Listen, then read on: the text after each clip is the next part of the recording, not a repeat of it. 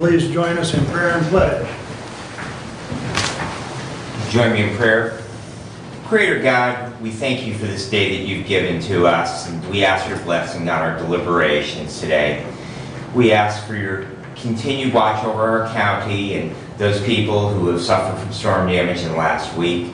And we thank you again for all of the many blessings that you provide for us. In your name, amen. I pledge allegiance to the flag of the United States of America and to the republic for which it stands, one nation, under God, indivisible, with liberty and justice for all. Thank you. First call out to the public. Anyone wish to address the board at this time? There will be another public comment at the end of the meeting, please. Hello, Good morning. my name's Keith O'Neill. I'm the new director of Regional Emergency Unit, and I just wanted to come here and introduce myself to you formally.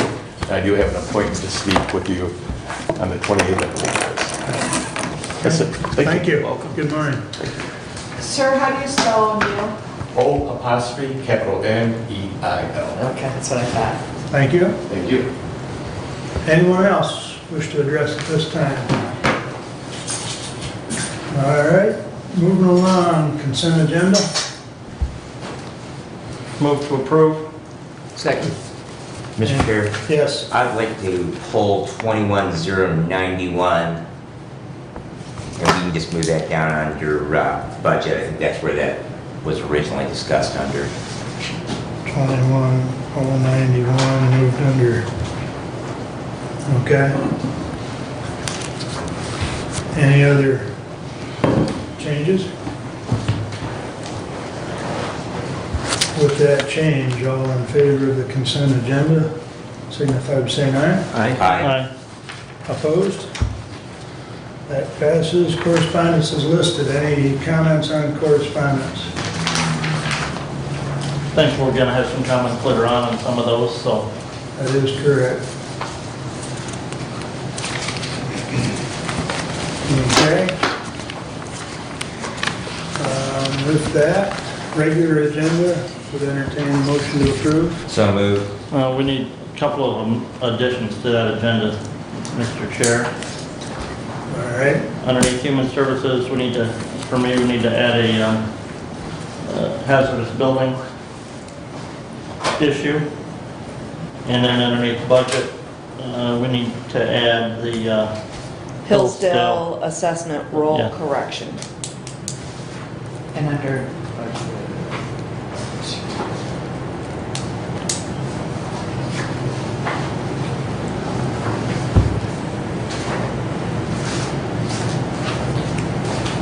Commissioner Leininger, what was the first thing you said something about? hazardous building. Hazardous building? Yes. Thank you.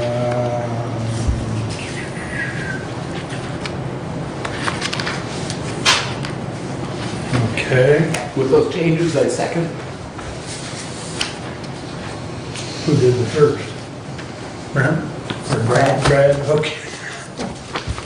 Bouncing around here. All right. Swivel your head around. You just have to put a new battery in the hearing aid and I'll be all set. There you go. All right. So we've got first, second. Any other changes? With those amendments? All those in favor? Aye. Opposed? All right. Moving right along. Doug, you up? Sure. Good morning, all. I'm here basically to make the announcement. Some of you that have been on the board before and been around a little while are familiar with something called the Hazard Mitigation Plan for Hillsdale County. The Emergency Management several years ago took on the task of updating that, which is required and has to be approved by the state and by the federal governments. The purpose of the plan, if we have an approved hazard mitigation plan, the local municipalities and the county can be eligible to apply for hazard mitigation grant funding. The only purpose of my being here today is to let you know that and the public, that it's out on the county website, off the emergency management webpage. There's a link. You're encouraged to go and look at that. It's in the draft form now. Any comments are welcome. That's the extent of my announcement, unless there are questions. Any questions for Doug? Very good. Thank you very much. Thank you, Doug. Thanks. All right, we'll continue on our roll. Steve, you're up next.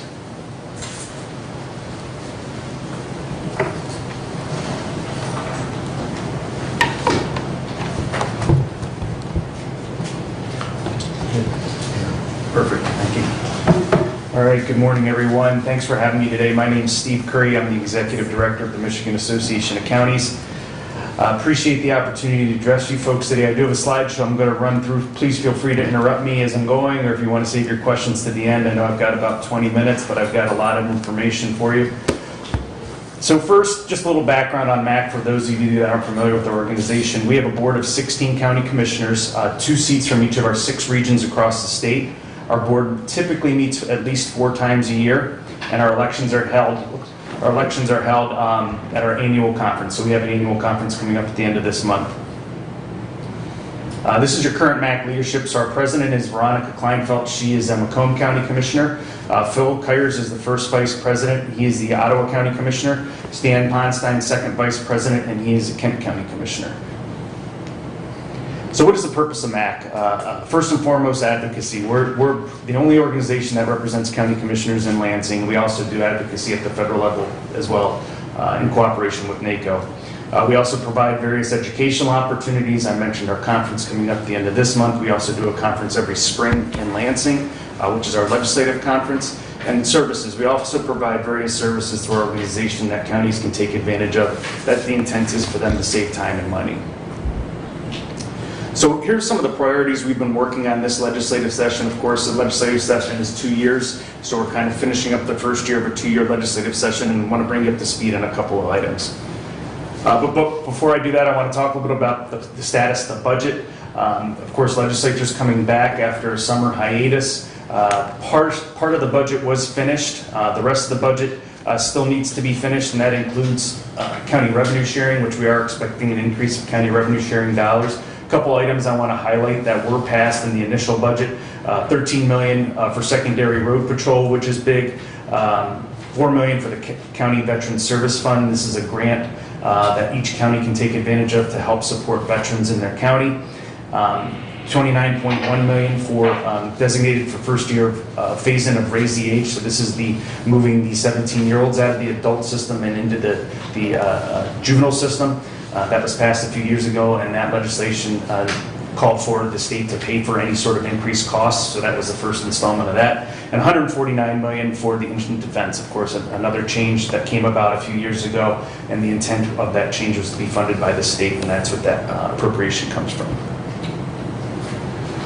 Okay, so American Rescue Plan, I'm sure a hot topic here as it is across the state. I don't want to spend a ton of time on it. I'm sure you talked about it at exhaustion and have your own set of plans on how you're going to look at using those funds. The comment period on the interim guidance concluded. We are expecting that interim rule to be finalized probably later this year, beginning of next year. Don't expect a ton of changes to the interim rules that are up on U.S. Treasury now, but that's what we're expecting as far as those changes or that interim rule goes. One thing we are working with the state and other organizations is putting together a match program. So basically, counties across the state get about $1.9 billion of those ARP funds. The state got $6.5 billion. So we built a coalition of other local governments, other stakeholders in communities, so foundations, folks like that, to kind of talk to the state and say, hey, here's what you should do with a portion of your funds to allow locals to match. If they want to. So it would be an optional match program. We haven't worked out the details of the numbers yet. We are still working through that. There's a large task force working on that. They meet almost every day. But some of the areas we are looking around are water and infrastructure and broadband, local capacity and fiscal stability, housing and community development, economic development, public health and safety. So those are kind of the areas. And again, these would be, hey, state, take a portion of your funds, put up these funds, allow local units to match if they want to. This will really help some of the smaller locals that if you look at some of the funds they're getting, you know, some of these smaller communities are only getting $10,000. They're not going to go very far by themselves. So they're going to need help, whether it's matching county dollars or county and state dollars, to make sure those dollars go as far as possible. So moving on to some of the legislative issues we're working on. 4-year county commissioner terms. For those of you that don't know, we're one of only 5 states in the country that have 2-year county commissioner terms. Right now, this legislation has been passed out of the Senate. It passed 32-4, overwhelming support. It's now in the House committee that is chaired by Representative Julie Calley, a former county commissioner out of Ionia County. This legislation last session passed out of her committee overwhelmingly. We're expecting that again, and hopefully getting it to the House floor very soon for a vote on the House floor. So appreciate your support as you see your House members around town to voice your support for that. Reforms for local courts. A few years ago, prior to COVID, the Trial Court Funding Commission came out with recommendations on how to change how courts are funded. Currently, right now, courts are really funded mainly by local dollars, which becomes very expensive and very difficult to maintain, as many of you know. So what the Trial Court Funding Commission did is came up with about 7 different recommendations on how to look at how courts are funded and operated across the state. Those bills we're working on some of those bills to be introduced. You can see those recommendations on our website. Some of them are funding, some of them are using a computer system that is, everyone uses the same computer system, so there's better communication through courts throughout the state. And like I said, funding as well. So just want to put that on your radar screen as something that could be coming very soon as some legislation gets introduced. Local government finance reform, this is something we consistently talk about, and not a specific bill, but many different areas that we look at. So number one, we always want to try to secure a stable funding stream for county governments. For those of you that don't know, counties get statutory revenue sharing. We don't get constitutional. Statutory is appropriated every year, which means it could be appropriated away every year should the legislature choose to do so. Constitutional revenue sharing is pretty much guaranteed. Cities get constitutional revenue sharing, and some statutory townships do as well. So what we're seeking to do is stabilize that statutory revenue sharing by setting up a county revenue sharing trust fund that would basically be a lockbox that the legislature couldn't raid to use those funds for other purposes. Of course, ensuring stable and sufficiently funded revenue streams for newer increased mandated services. I talked about a few of those earlier when you look at the changes to the indigent defense system, making sure that those are funded by the state, moving 17-year-olds out of the adult system into the juvenile system. If the state wants to make those changes, those should be funded at the state level. Another thing is a tourism reinvestment excise tax for our counties. This came out of the Upper Peninsula with COVID and a lot of the changes. There has been a mass increase in tourism in the UP, and what they have found is that they don't have the current tax base to maintain their public safety services, EMS, to support that. So especially in the summertime when all those people are going up there, they don't have the sheriff's patrols to answer the calls. So this would provide a reinvestment excise tax that would be restricted for public safety purposes. When we look at Raffaele decision a few years ago, or last year, that was the change in how foreclosed properties are being handled and where those funds can go. A few years ago, well, more than a few years ago, in the late 90s, there was an opportunity for counties to make the state the foreclosing unit instead of the counties. We had about 9 counties take advantage of that. We're looking to reopen that window so that counties can opt in to have the state be that foreclosing unit again, to take that off the responsibility of counties. So we're looking to do that. And then finally, exempt special millages from tax capture.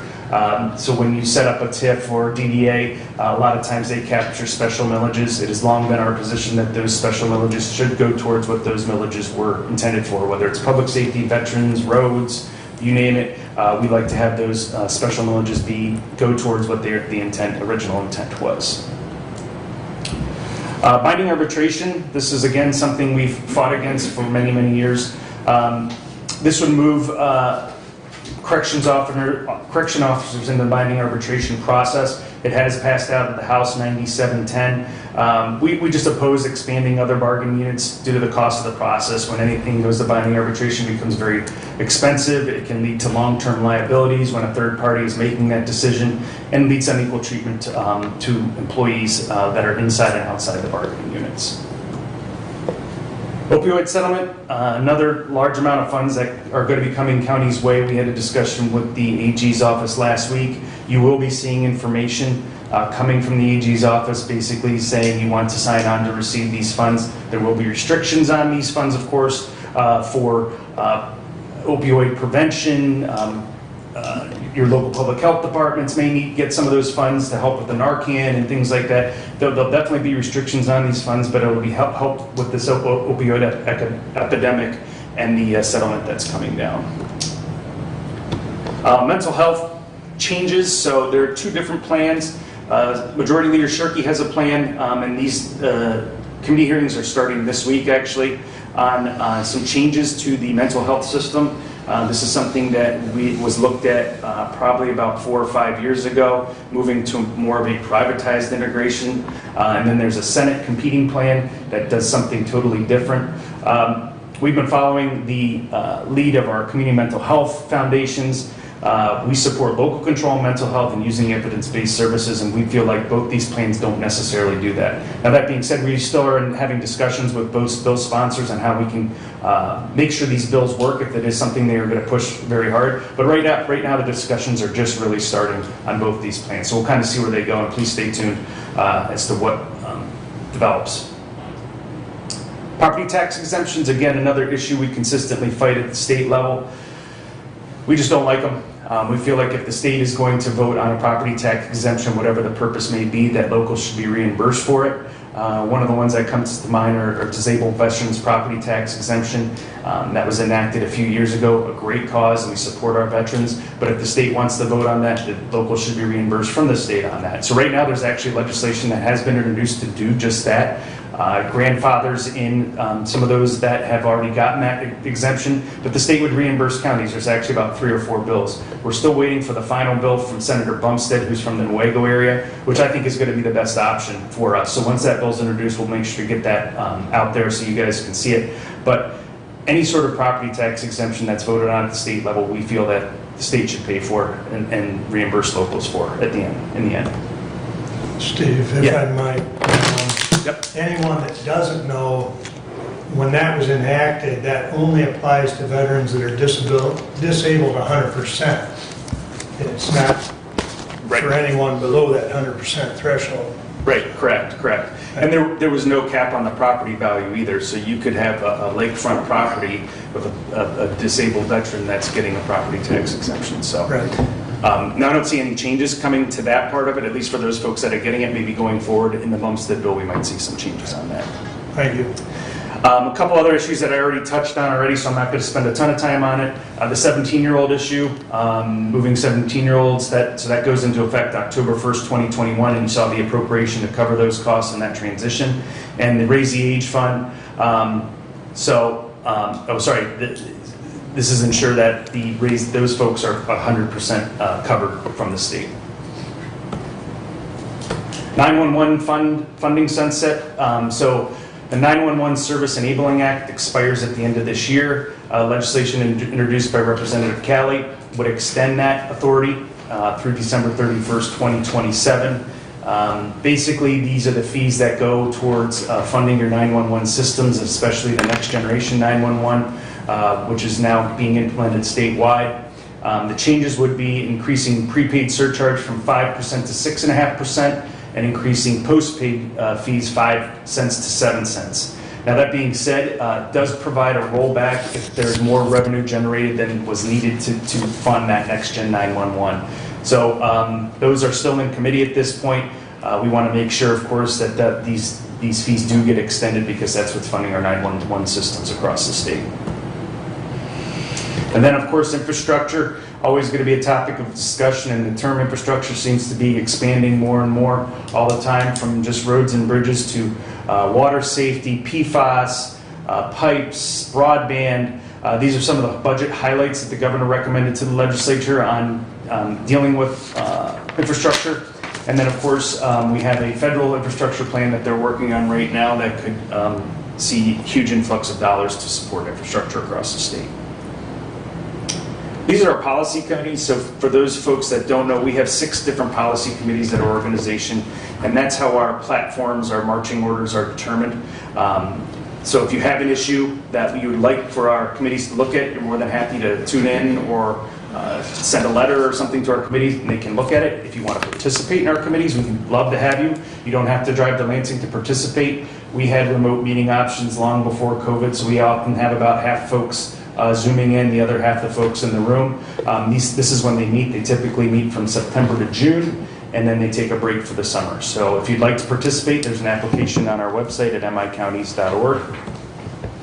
We do have a small MAC pack. We use that to support the former county commissioners in the legislature. Currently, there's 31 former county commissioners that are in the legislature. We call that the county caucus. Hopefully those folks don't forget the challenges that they had at the county board when they get into the legislature, and that's part of our job is to remind them to do, so we appreciate any support you can do there.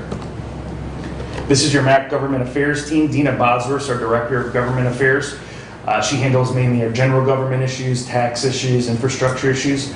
Megan Kite-Corian is our Government Affairs Associate. She handles our health and human services and judiciary issues. And Hannah Sweeney is our Government Affairs Assistant, and she keeps the train on the railroad tracks. So if there's ever a question you don't know where to go, you can always reach out to Hannah and she'll point you in the right direction. I mentioned our fall conference coming up, September 26th through 28th. That'll be up on Mackinac Island. And then our legislative conference will be March 21st through 23rd. That is always in downtown Lansing. That tends to be a little more legislatively focused. Provide various communication tools. Hopefully you're getting our weekly legislative update. If you're not, please let me know. We'll make sure you're on that list. We also have Facebook, Twitter. We do a weekly podcast that's about 20 minutes long that kind of talks about what's going on the previous week. We also have Instagram. We have a printed newsletter that's coming out now every other month that everyone should be getting as well. Just we're trying to hit you with as much information as possible without being overwhelming. So hopefully you're getting all those. And that's the presentation. I'll be happy to answer any questions. I do have a question on the 4-year terms. Sure. If that moves to 4-year terms, will they all be elected on the presidential cycle, or will they half of them on the presidential, half of them on the other? Everyone would be on the presidential cycle. So they're not staggered. It would not be staggered. Would not be staggered. Is there a reason for that? Because I would think staggering would be nice, because that way you potentially don't have, in this case, 5 new commissioners at one time. You never have 5 new at one time. Yeah, I mean, I understand what you're saying, and it was discussed. It became very difficult legislatively to get that passed. This was the way that we could get it passed so that we could get it moved through the legislature. When we started talking about staggering, it gets confusing in the legislature, so it got bogged down, so they wanted to keep it on the presidential. But the school districts are staggered, so I don't understand why that would be confusing. They're great minds. That doesn't make sense to me. Yeah, I understand. I could just tell you what the feedback was we got from the legislature. All right, thanks. Yep. Other comments, questions? I guess you did a good job. Well, I appreciate it, and I appreciate your folks' support. You know, when we're sending things out, to respond to your legislators as much as you can. If there's ever any questions you need from us, please, we want to be a resource for you, whatever it is, whether it's ARP funding, state issues, federal issues, please feel free to reach out. That's what our staff is there for, so thank you. Steve, can you share this presentation with all of us? Yeah, I think you guys should have it all already, because it was loaded on here when I got here, so. So we can get it from IT. Yeah, Thank you. thank you. I'll Appreciate have it. Doug send it out. Yeah. Or not Doug, Dave. I will do that too. Or Scott's probably listening, he can send it out. Some of us, okay. Thank All you. right. Thanks for making the trip, Steve. Yep. Thank you. No, I'm not tech savvy. So All right. if it were, there's something that obviously will go wrong. Terry jumped right up, so she must be in a hurry, so. No, I'm not. I'm like, wow, this meeting is still going on time. This is awesome. Well, And it's been a while since I've we seen try everybody's once in a while, faces, so. Thank you. I was just looking for all this. I'm here. That's what? I was looking to see I if we know, already I had. saw Brad yesterday and you're welcome. And I said, don't print it, because, and I have a couple extra copies if there's other people that want this big book. I'm not gonna go through it page by page. Good morning. I'm Terry Veer, Executive Director for the Center. Always a pleasure to be here. And we stagger our board members. So I'm getting that out there. We have a board membership of at least 11. Brent is our county commissioner designee, and they do 3-year rotations. And I didn't have this on it, so I'm just going to put this out there before on my little hot topics or points to make. They do 3-year terms. They can do 2 3-year terms, and then they have to step off unless they are serving in an honorary capacity. So years ago, we instituted that because way back, I've been there now 32 years, we had some board members that just wanted to stay on forever but weren't really active. So at that time, the board agreed that 3-year terms, 2 3-year terms and a year break is good. And then the honorary members, and over the years we've had honorary members who could serve if there were board members that were absent from the meeting, they would have voting privileges. Of course, you designate who the county commissioner is to serve on the board. But that has worked really well. We look at our board membership demographically, by gender, by what is their area of expertise. It's hard. Right now we're trying to recruit Somerset, and then we just had a woman, Phyllis Klingler, was our board member out of Ransom, and she has just sold her house and is moving to Coldwater. So they historically have to be Hillsdale County residents. Did about 2 years ago, pre-COVID, try to recruit Doug Terry, and because I've worked with Doug over the years, and he revealed that while he's Litchfield, he's really outside of Hillsdale County. So, and he is retiring, so I'm hoping it's been a joy to work with Doug over the years with the services for Litchfield and things. So, you have before you, and I apologize, we meant to print on both sides because mine's only 30 pages long. But the service data report is something that we do every year. Of course, I don't need to tell you, the last 17, 18 months have been pretty challenging. One of the reasons we do this year-end service data report is to look at how much did our services cost, and then also a direct unit. We take this service data report, and then the directors and coordinators who lead the services, the programs, Meals on Wheels, Health and Wellness, our home-based services, they use this, we get together, and we do a program evaluation. One of the specific things that the county commissioners have found beneficial over the years is on page 3, because that really does give you a breakdown of where we estimate in our budget what is our original plan use of millage dollars, and then you'll see the millage funds that were allocated. Our accounting department does go back and then go, oh, well, we estimated, for example, in Meals on Wheels, we would use $266,414 millage funds to help support our Meals on Wheels program. In reality, we used $261,896,000. At the bottom of each of those columns then is the actual number of clients served in the fiscal year, and then the unit definition. I will tell you that when we went in March and shut down in 2020, we had a lot of programs that shut down. Our fitness center was shut down for 8 months. We just started reopening our adult day program in June of this year. Our overnight respite has not resumed. So our figures, roughly we figured about 30% of our programs were impacted.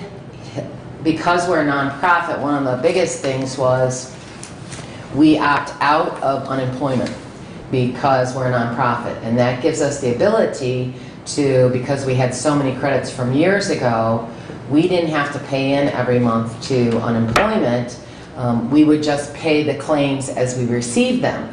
And over the years, we hadn't had a lot of unemployment claims. Well, we had 28 people off during the pandemic at the critical, the big time. And so that was a huge cost to us. We were very blessed with unemployment, those unemployment expenses being waived. We did receive notification that we weren't going to have to reimburse for those. We had to do an initial $10,000, but we were, I guess, forgiven those under the CARES Act. We also participated with the PPP program.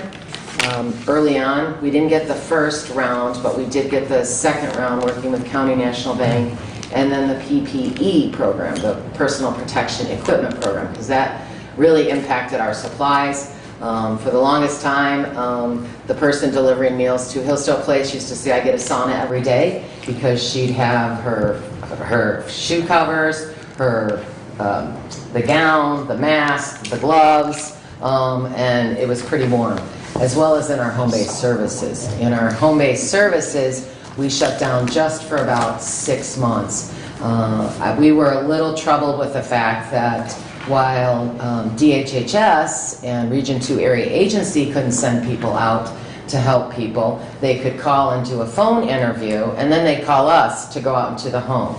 So we said, well, when they would assess them for Medicaid Waiver and part of the referrals they gave. And we had a big problem with that, because part of the assessment piece is going into the seniors' homes and looking for hazards, looking for bed sores, looking for bed bugs, looking for all of those things that you can't do over the phone. So early on, we were able to negotiate with Region 2 to say, look, any person you refer to us, you're going to give us additional stipend to go into the home and do that assessment. We had several. June of last year, we had more APS referrals than we did the entire year before. It's that eyes on. And so they agreed to do that, but there was a huge safety issue concerned with the isolation of the seniors. One of the reasons that they opened up our Meals on Wheels program and relaxed all of the guidelines is because, one, they didn't want those seniors getting out because of COVID, and two, the isolation, so having the eyes on. We did transition during that period to do boxes, so it was no contact. So we had the coolers outside the individual's door, but we'd see them through the door or through the window, and we added about 300 clients in Hillsdale County throughout that, because there was no real, the guidelines were all relaxed. We are still serving many of those individuals. We said, you know, you've told us until further notice, you haven't given us any additional funds, and so we are using those millage dollars for that. And so at what point does that end? That we can go out and truly assess these individuals to make sure that they're meeting those eligibility requirements, which are, don't have anybody to cook a meal for them. They might be a walker, blind, hard of hearing. They don't have transportation. They have some other maybe mental health needs that aren't being addressed and don't get out and about. So some of them we've already transitioned as we've reopened our congregate site. We reopened our congregate site, I'm trying to remember, we did 2 shifts, 2 different seatings, I believe beginning in April. And then we realized that we did an 11:30 to 12:15, had time to sanitize, and then did a 12:30 to 12:45, our on-site lunch, and realized we could really consolidate that lunch because we weren't getting the numbers we anticipated. Of course, all the tables and all of those things are separate. So some of the Meals on Wheels people did transition to the congregate. We also still continue our curbside pickup. So people, if they don't want to come inside for that lunch, they can just come up to the curb and we will take that lunch out to them, which has really worked out quite well. The other piece was in, which I'm kind of sad to report, is in our direct care workforce, in our home-based services, and this is a national trend, we don't have enough staff. We had probably 24 at one point. We're down to 10. And so when we get those referrals, we were proud of the fact that with millage dollars, we were able to not have a waiting list. Well, we have a waiting list. Not because we don't have the funding for it, but because we don't have the staff for it. The grant and the Medicaid Waiver program even has instituted and still continues, probably through December of this year, a $2 pay differential. $2 or $2.25. So if you're doing a Medicaid waiver client, you're going to get an additional, the home health aid will get an additional $2.25 an hour for that service to try to help with that. In the grant program, it is a $2 pay. We are, I'm pleased to say, one of the highest paying providers in the county. Unlike other providers, we pay from the time the aid gets to the first client's home until the time the aid leaves the last client's home. So we give that travel time. We pay for that travel time. We also pay mileage reimbursement. And some of the other providers do not offer that. They do not offer, in Hillsdale County, if you're going from Jonesville all the way down to Waldron, that's a little jaunt. So we feel that's a benefit. We're now looking at, I sit on a task force at the state level, and the direct care workforce is our initiative. And how are we going to recruit more home health aides, direct care workers, because baby boomers are retiring, and there's a lot more seniors to take care of. And thinking outside the box, we're currently trying to move forward with a registered apprenticeship program through LEO or Michigan South Central Works, where pretty much we do this when we have a new home health aide. They should job shadow, and then we do in-service. We don't require that they're a certified nursing assistant. I went through CENA training many years ago, and being trained to work in an institutional setting like medical care facility is somewhat different than going into the home where you don't have a nurse over your shoulder or other people to come help you position this individual. So part of that program does pay for the training and the initial time, which would reduce the cost to the senior center. We also are looking at trying to think outside the box, which I'm like, I like that idea. But it's 4-day work weeks that some providers have instituted, so that they're not increasing the hours on those 4 days. They're keeping the hours the same. So full-time then would be the 32 hours, and then they're offsetting and increasing the wages up. We currently start at $13 an hour for our home health aides, just because they can go to McDonald's and get $13 an hour. But to be able to ideally like to be up to at least 15, and we know that pay differential is going to go away. So looking at, boy, if I can come on board, get a certification, and really raise the bar on, instead of looking at it, this is a menial position, it's not a menial position, it's an important position. And we need to look at it that way, not only in our county, but throughout the country. So really kind of reinventing the work of, not the work necessarily, but raising the bar on the direct care workforce, because of course the majority are women, oftentimes single parenting. So how do we encourage these people to go into those roles and take care of our loved ones? So I'm sorry, I went on my little stand on that, but I'm pretty excited about reinventing the wheel. A couple points I wanted to make is I gave you all separate sheets for, I know that I was asked last time, we have a CareVantage system that tracks our clients. The one glitch that we're trying to correct, or not glitch really, but the challenge is our fitness center software runs on a different software, Serve Tracker. So you will see in your specific list under the evidence-based disease prevention, and you do have a cheat sheet in your book as far as what does ADC mean, and what does CGE, and what does CLS mean. Should be near the front, I think it is, yeah, with those available services that we have. So the number on our CareVantage does not include, it will include the units. If you go down to Fitness Center, you'll see where it says 9,000 on the extra sheet I gave you. This is all clients, all programs. That's the one, Kathy. You'll see under Fitness Center, it will say 1 with 9,470 units. Now this sheet was for our, so far through August 31st, really, yeah, 9,389 on the 10/1/2020 through 8/31/2021.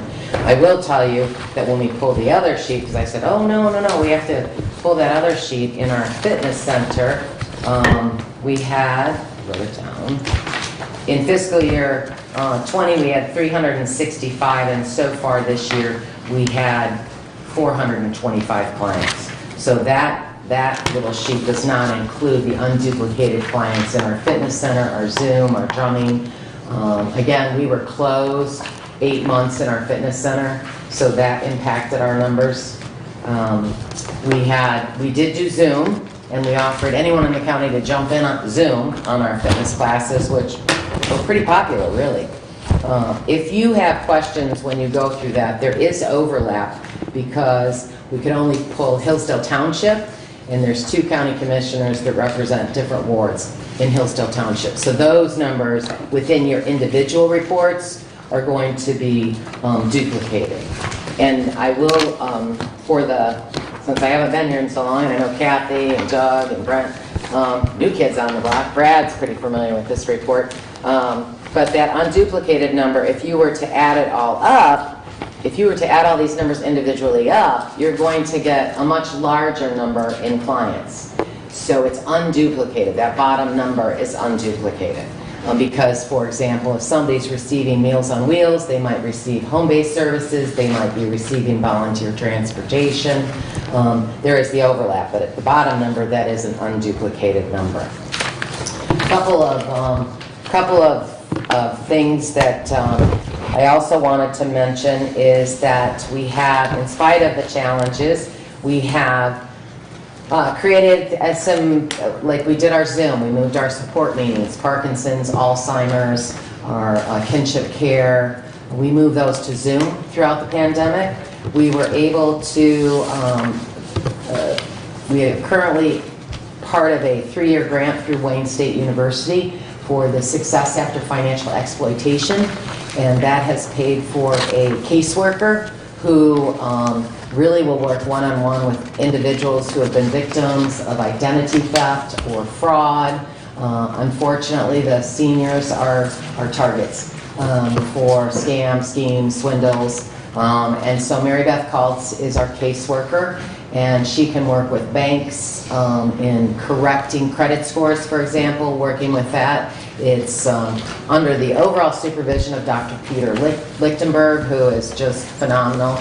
He's a professor or doctor at Wayne State University, but he's also chair of the Gerontological Society of America, and just very passionate about the elderly. And we incorporated his and his deceased wife. They created a financial risk assessment tool. So when we go out and do an assessment on seniors for home care services or for our Meals on Wheels program, we will go through that financial survey to see there's certain questions, and based on the score, you might be at risk to be a victim of fraud. And so then really to educate that senior on, don't answer the phone, get on the don't call registry.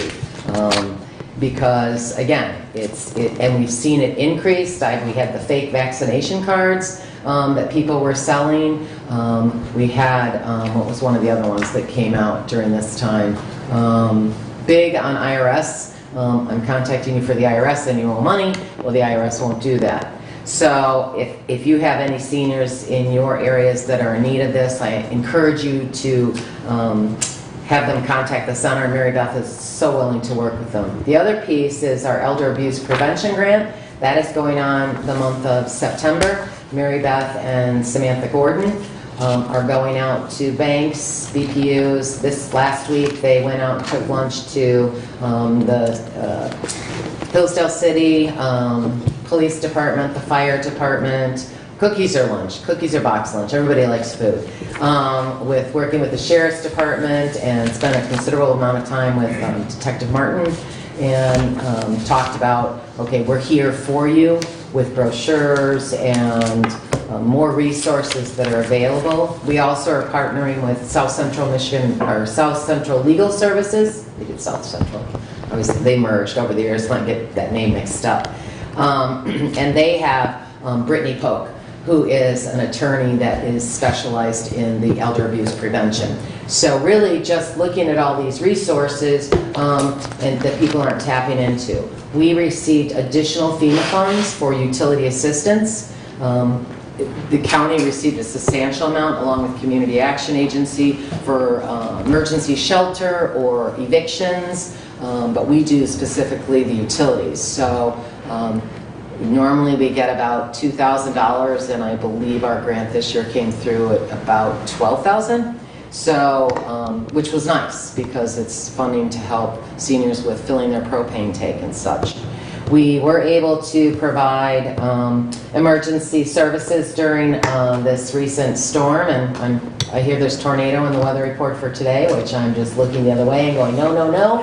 I drove out to Bobby's, to the country club last weekend, and I'm like, oh my gosh, it's devastating. So, but we were able to open our doors for not only a cooling unit, but showers, providing showers, and then food for individuals, and then we're able to help with some overnight, emergency overnight.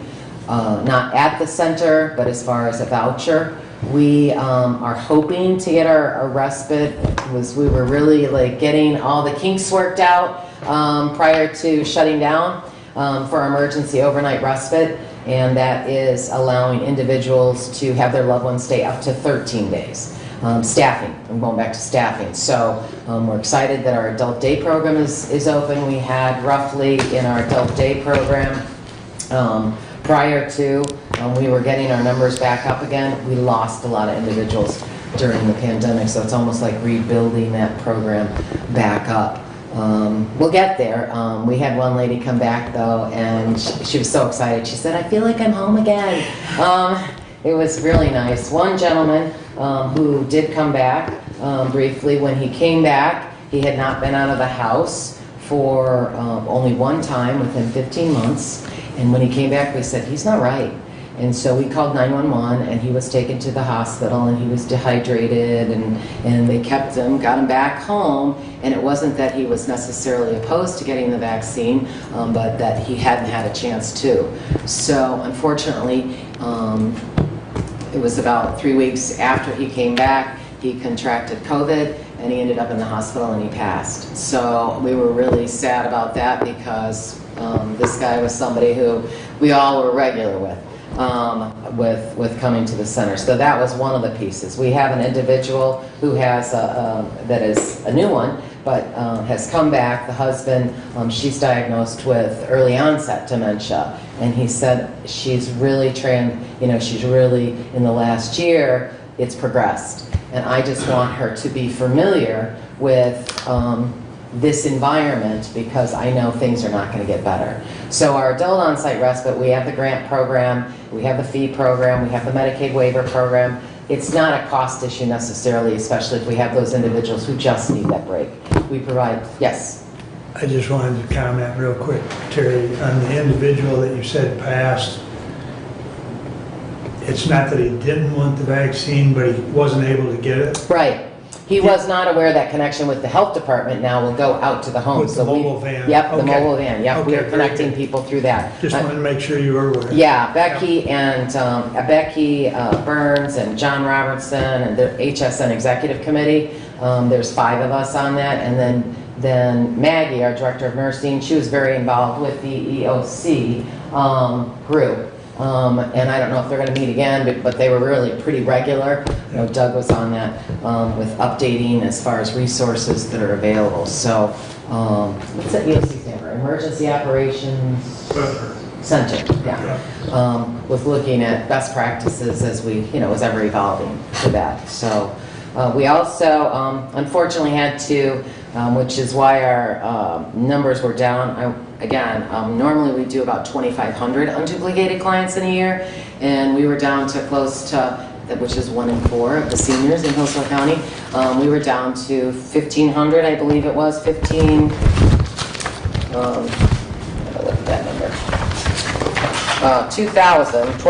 so that was a big one, but currently this year we'll probably be down in our numbers again, and again, that goes back to being able to open our programs back up. We are moving forward. We had to cancel our Good Friday breakfast, our senior picnic, which was usually a very large event. We are continuing with our health fair, and that is Friday, October 15th from 10 to 2, so you're more than welcome to stop by for that.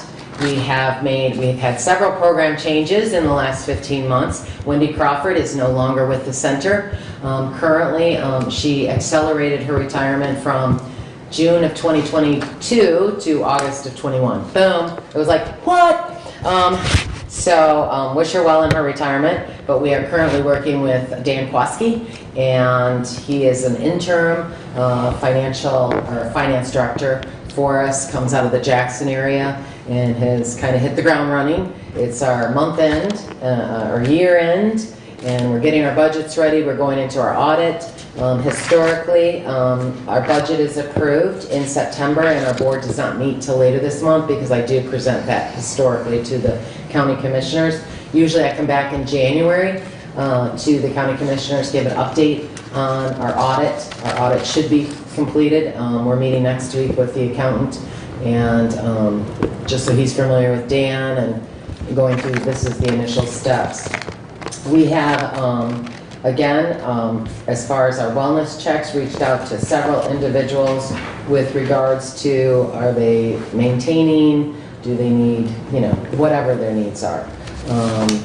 Our waiting list, as I mentioned earlier, we've gotten it down to 40, but that's huge, because in my whole tenure with the center, we've never had a waiting list because it's those millage funds that have offset when we've run out of grants. We are waiting on, I believe it's CARES Act funding.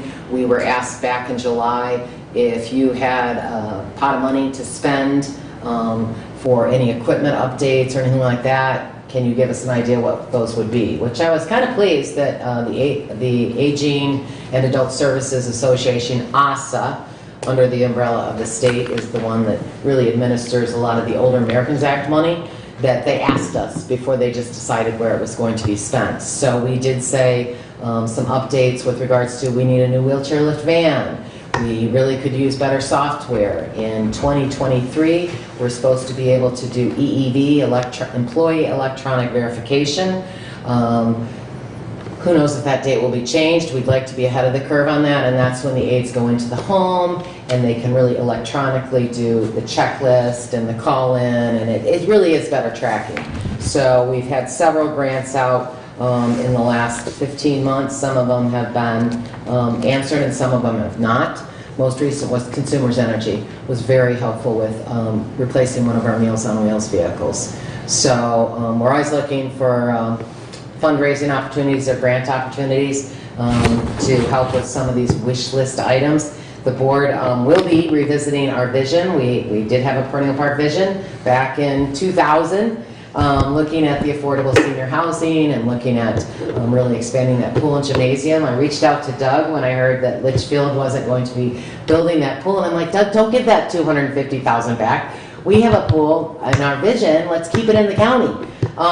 It can't because it's DNR, but hey, all he could say was no, right? It was worth the ask. So hopeful that my goal was always to be, before I retired, to have the pool and the gymnasium, the affordable senior housing, the respite care, and a permanent building, and not there yet. So I don't know how many years I have left, but still working on that. And you, as county commissioners, have always been very supportive. We are going to be coming back out now to the service, to the villages, the cities, the townships. That's one of my favorite parts of my position, is really going out down the Woodbridge or Ransom, or it's just interesting to me, Somerset, because it's also different, whatever township place you go to, whether it's the city of Hillsdale, or it's just different. And you really get a feel for the people of that community and are able to share. Nice trend that we've been seeing, at least prior to COVID, is that historically when I went out and about, it was always Meals on Wheels was, in any particular area, Meals on Wheels was the leading number of clients, most clients served. There were other things like transportation. However, prior to it, it's fitness center too. So I'm like, oh, we have two different populations, so to speak. We've got the frail elderly and we've got the more active senior. And if we can keep those seniors active, chances of them needing those more frail programs and services will be extended, which overall is better for the community. Our whole mission remains, keep them at home. It's healthier, they're healthier, they're happier, and really giving back to that local community. If you're keeping them home, they're buying local and they're paying those taxes for their homes. So I could go on and on, but I'm looking at the time. I had 20 minutes and I think I went over. Are there any questions? Be good.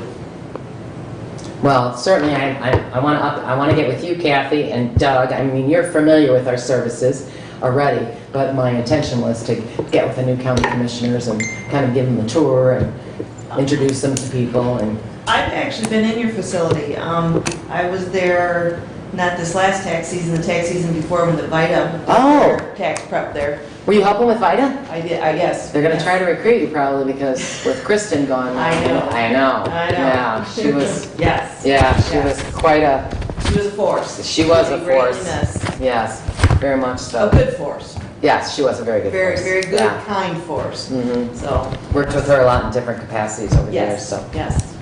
And your staff was angels helping with my father. Oh, thank you. And I told them all. Yeah. I know. Big deal. I remember you coming back, and so, always appreciate the good words.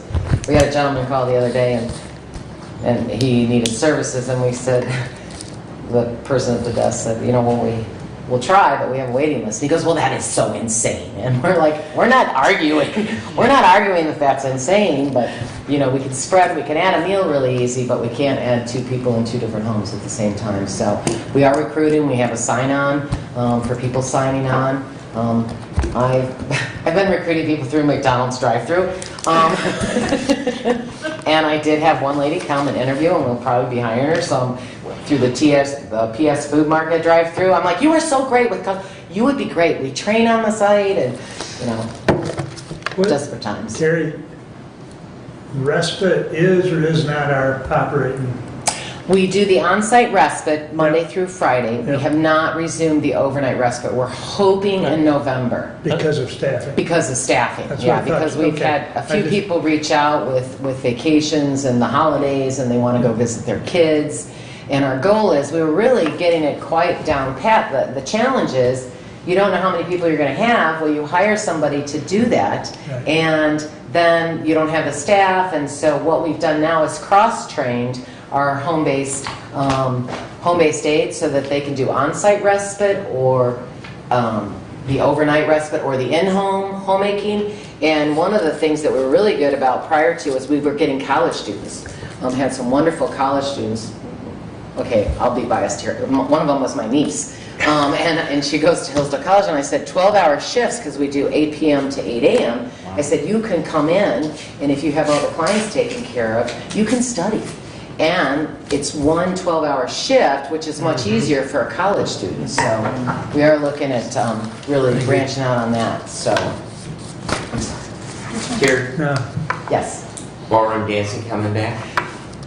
Louise, with ballroom dancing and karaoke, because Helen and Floyd really want to come back, and the bell choir. And so we were looking at September for Louise, for the ballroom dancing, probably push till October. We had to resume the masks. We don't do the screening. But yeah, Louise reached out to us but the bell ringers have to start practicing if they're going to give us a Christmas performance, too. So it's the ballroom dancers, the karaoke, and the ballroom dancers, karaoke. Bell choir. Thank you.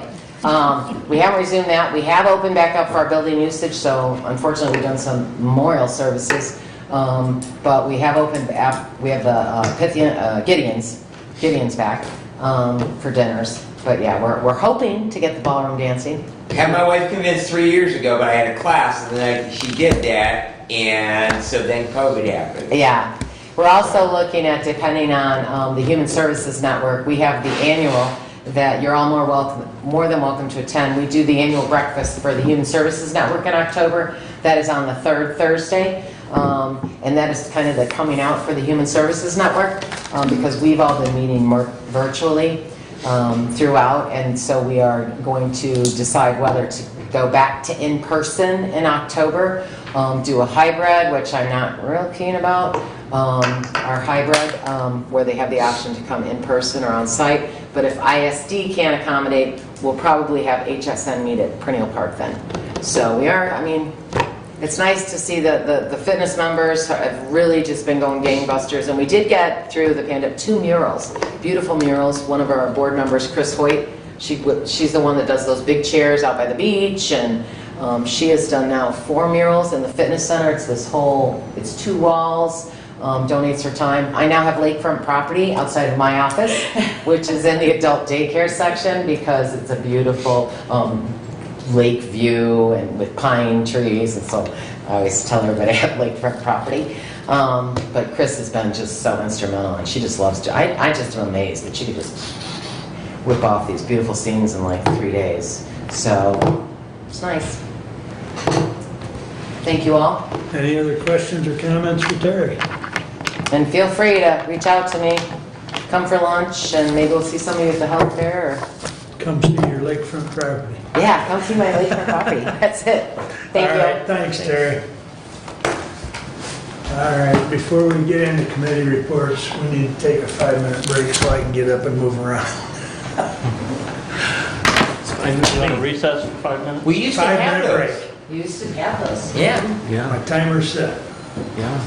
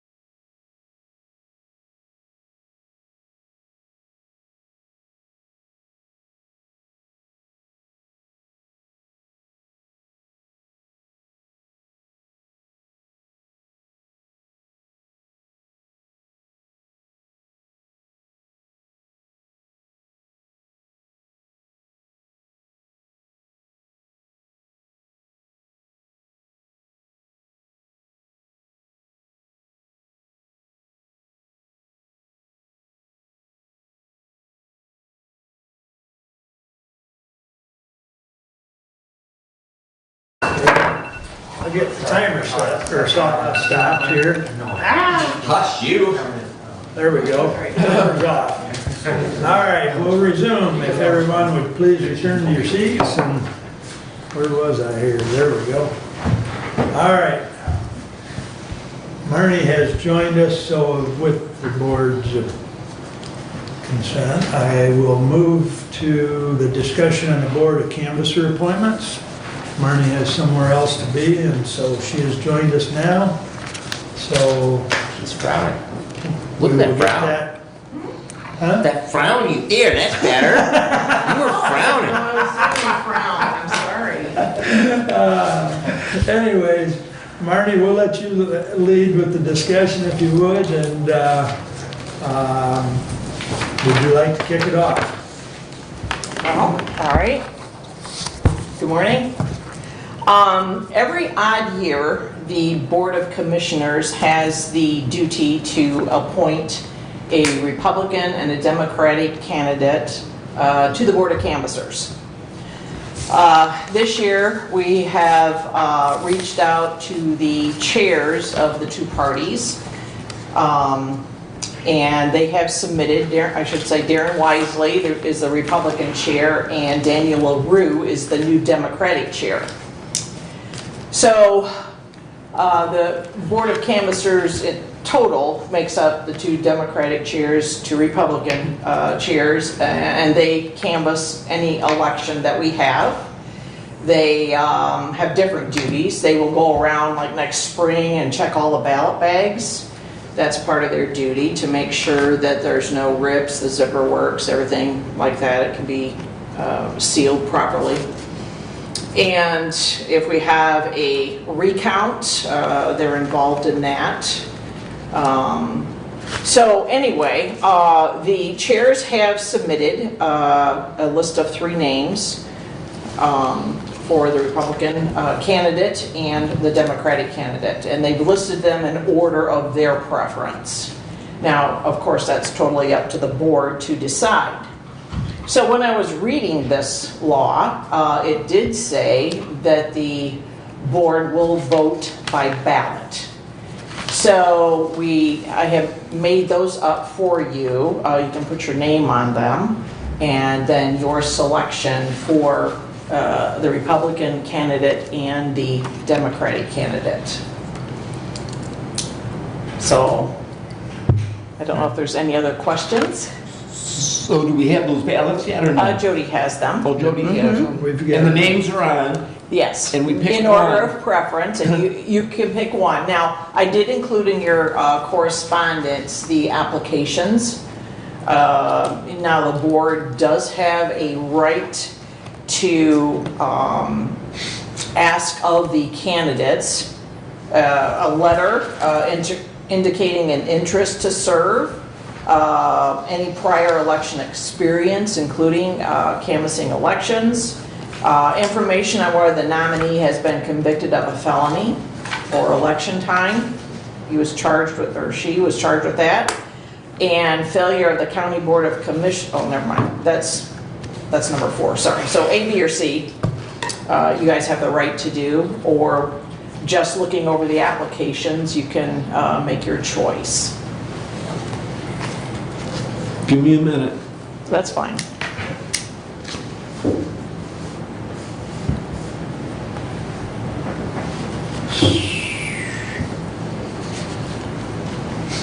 It's in the second pack of information, and it's page 31 of 60 in that second pack on because there are 2 files, if that's what you're looking for. Yes. Yeah. Now, The appointments are 29 of 60, and then follows with each one their letter of. If anybody wants to see him, I've got them printed too. right. Well, I do want to see them. Are you able to find them, Glenn? It was a huge packet. That was I split into spent 2. several minutes. It jammed, and it's very frustrating. This was a huge packet this time. So on that cover page, Doug, They listed them in the order of preference. Right, so we pick one Republican and one Democrat? Correct. Got it. I'm ready. And the way the two parties submitted them, they submitted 3 names for each, but they submitted in their order of preference. Got it. I'm ready. So, Pass those out. Please make sure that you put your name at the top of those ballots. I'll include that in the resolution. yes, this will be followed up with a formal resolution, and we will have that in the packet on the 28th.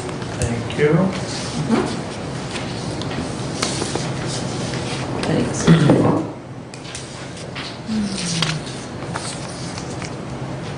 It'd probably be appreciated if you print your name legibly.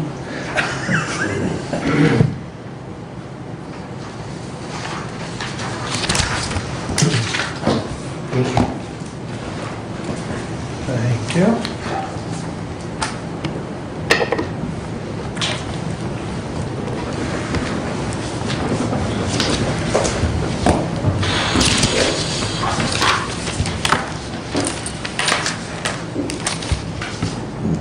And how would you like this to be tailored, Jody? Yeah, that would be fine. Jody can tally them and let us know Okay, momentarily. because I can't be secret, I have to read how each one of you voted. Correct. So Brent Leininger voted Josh Palladino for Republican and Edwin Fogarty for Democrat. Kathleen Schmidt, Joshua Palladino for Republican and Edwin Fogarty for Democrat. Brad Benzine, Joshua Palladino for Republican and Daniel LaRue for Democrat. Doug Ingalls, Joshua Palladino for Republican, Edwin Fogarty for Democrat. And Mark Wiley, Joshua Palladino and for a Republican and Edwin Fogarty for Democrat. So I would say that Joshua Palladino and Edwin Fogarty I are believe it's pronounced Fogarty. Fogarty. I believe, yeah. Fogarty. Sorry.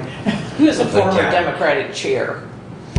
So, As but Daniel 5 is now for Josh Daniel LaRue. and 4 for Edwin, so, And yeah. one for Daniel. Yeah. Okay.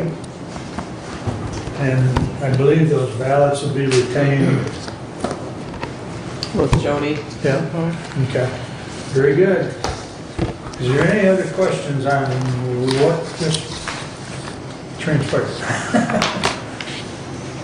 Thank you for coming over, Marty. Yeah, you're welcome. All right, so that was one of our duties that we needed to take care of. And with that said, I appreciate you letting me work Marnie in and get that done. So now we will jump back to the committee reports and start with Mr. Reiniger. All right.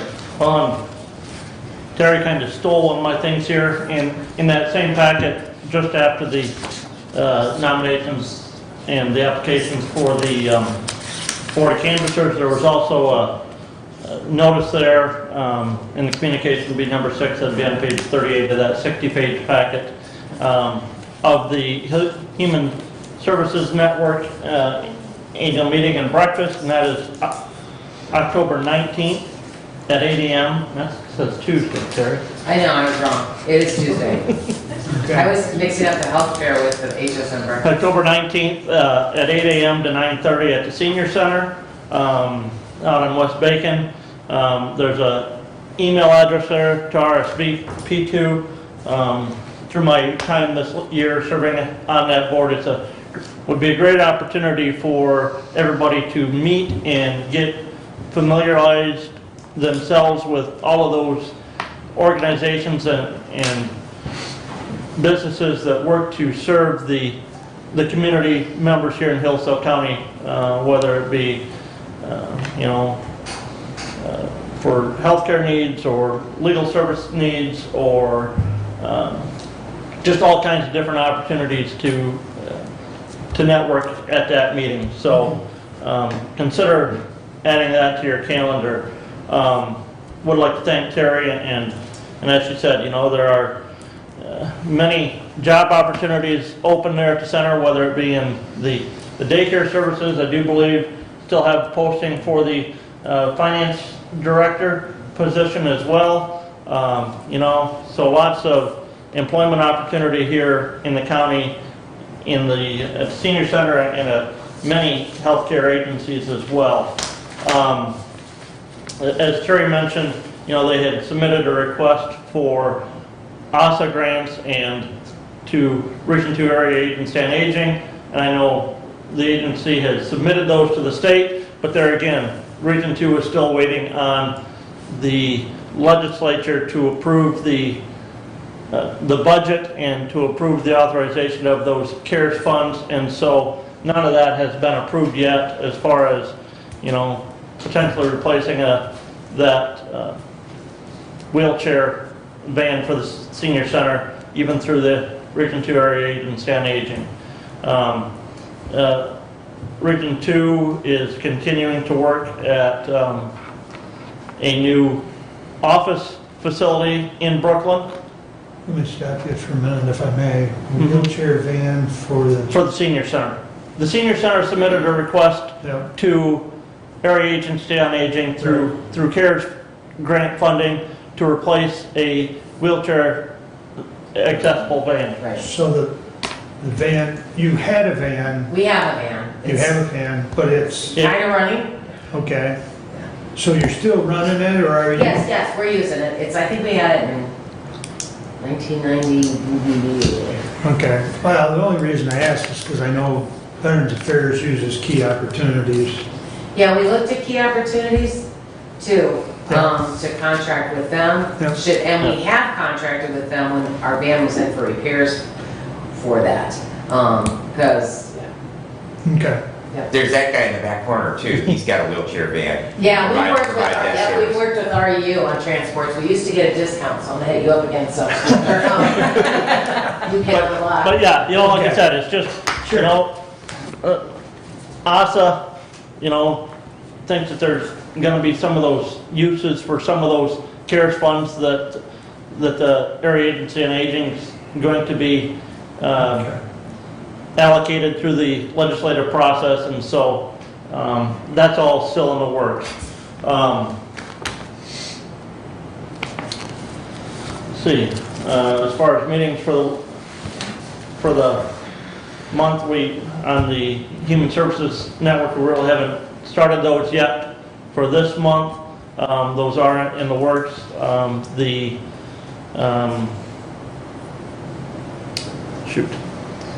Community Action Agency has, I do believe, completed the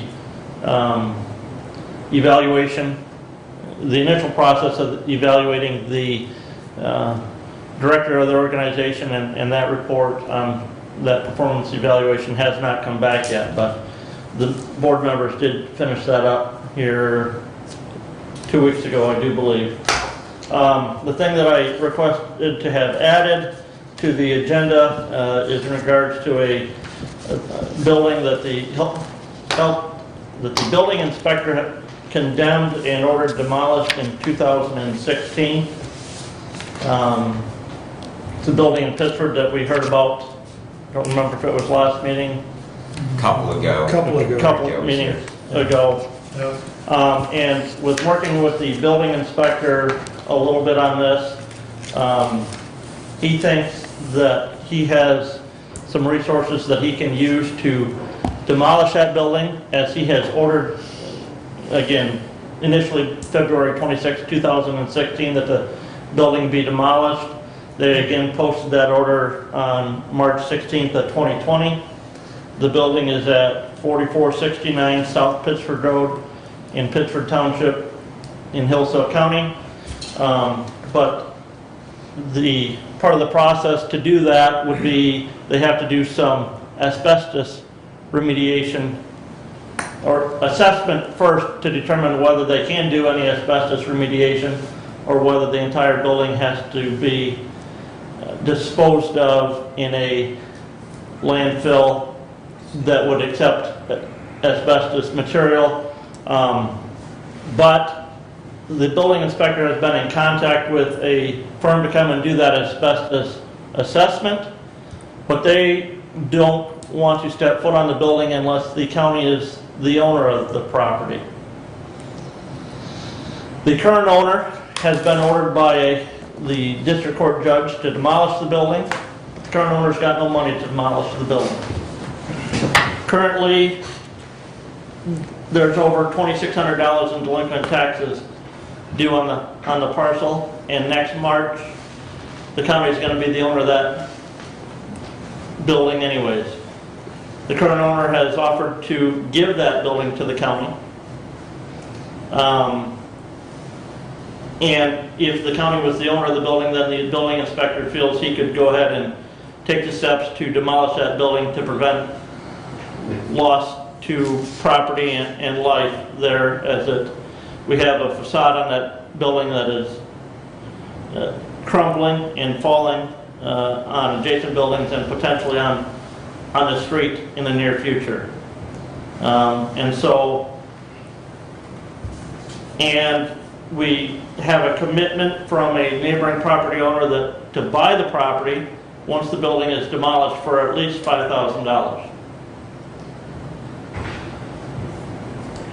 We don't know yet exactly what the cost would be to demolish it until we have that asbestos abatement, or the asbestos assessment done.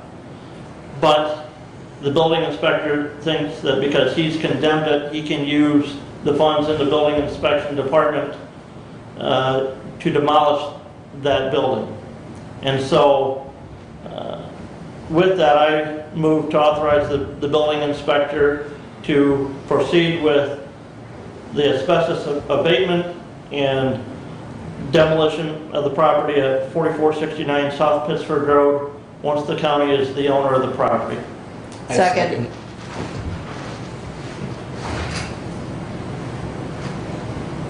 So you indicated the property owner, what's that? I need the address. 4469 South Pittsford Road, Pittsford, Michigan. You indicated the property owner is willing to, deed that to the county at no cost. The Register of Deeds has indicated that she would prepare the deed transfer at no cost. And, you know,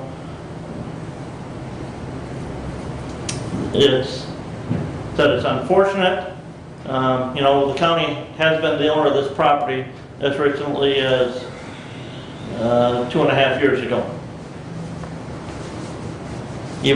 And sold, you know, through the delinquent tax sale again. As it stands right now, there's over $2,600 in delinquent taxes. Those aren't going to be paid. That property is going to come back to the county. Now, yes, I know a neighboring property owner said that they would be willing to pay $5,000. There has been some support from members of the Pittsford Township Board to give some money individually to help pay for that cost. I do believe the Lions Club that meets in Pittsford is willing to give some towards the cost of demolition. I'm not sure. I know Jefferson Township is going to be approached to consider giving some money towards that cost as well. But I think, and I think, yes, we have an offer of $5,000, but I think legally we may have to offer that property to any other individual before we could dispose of it in the future.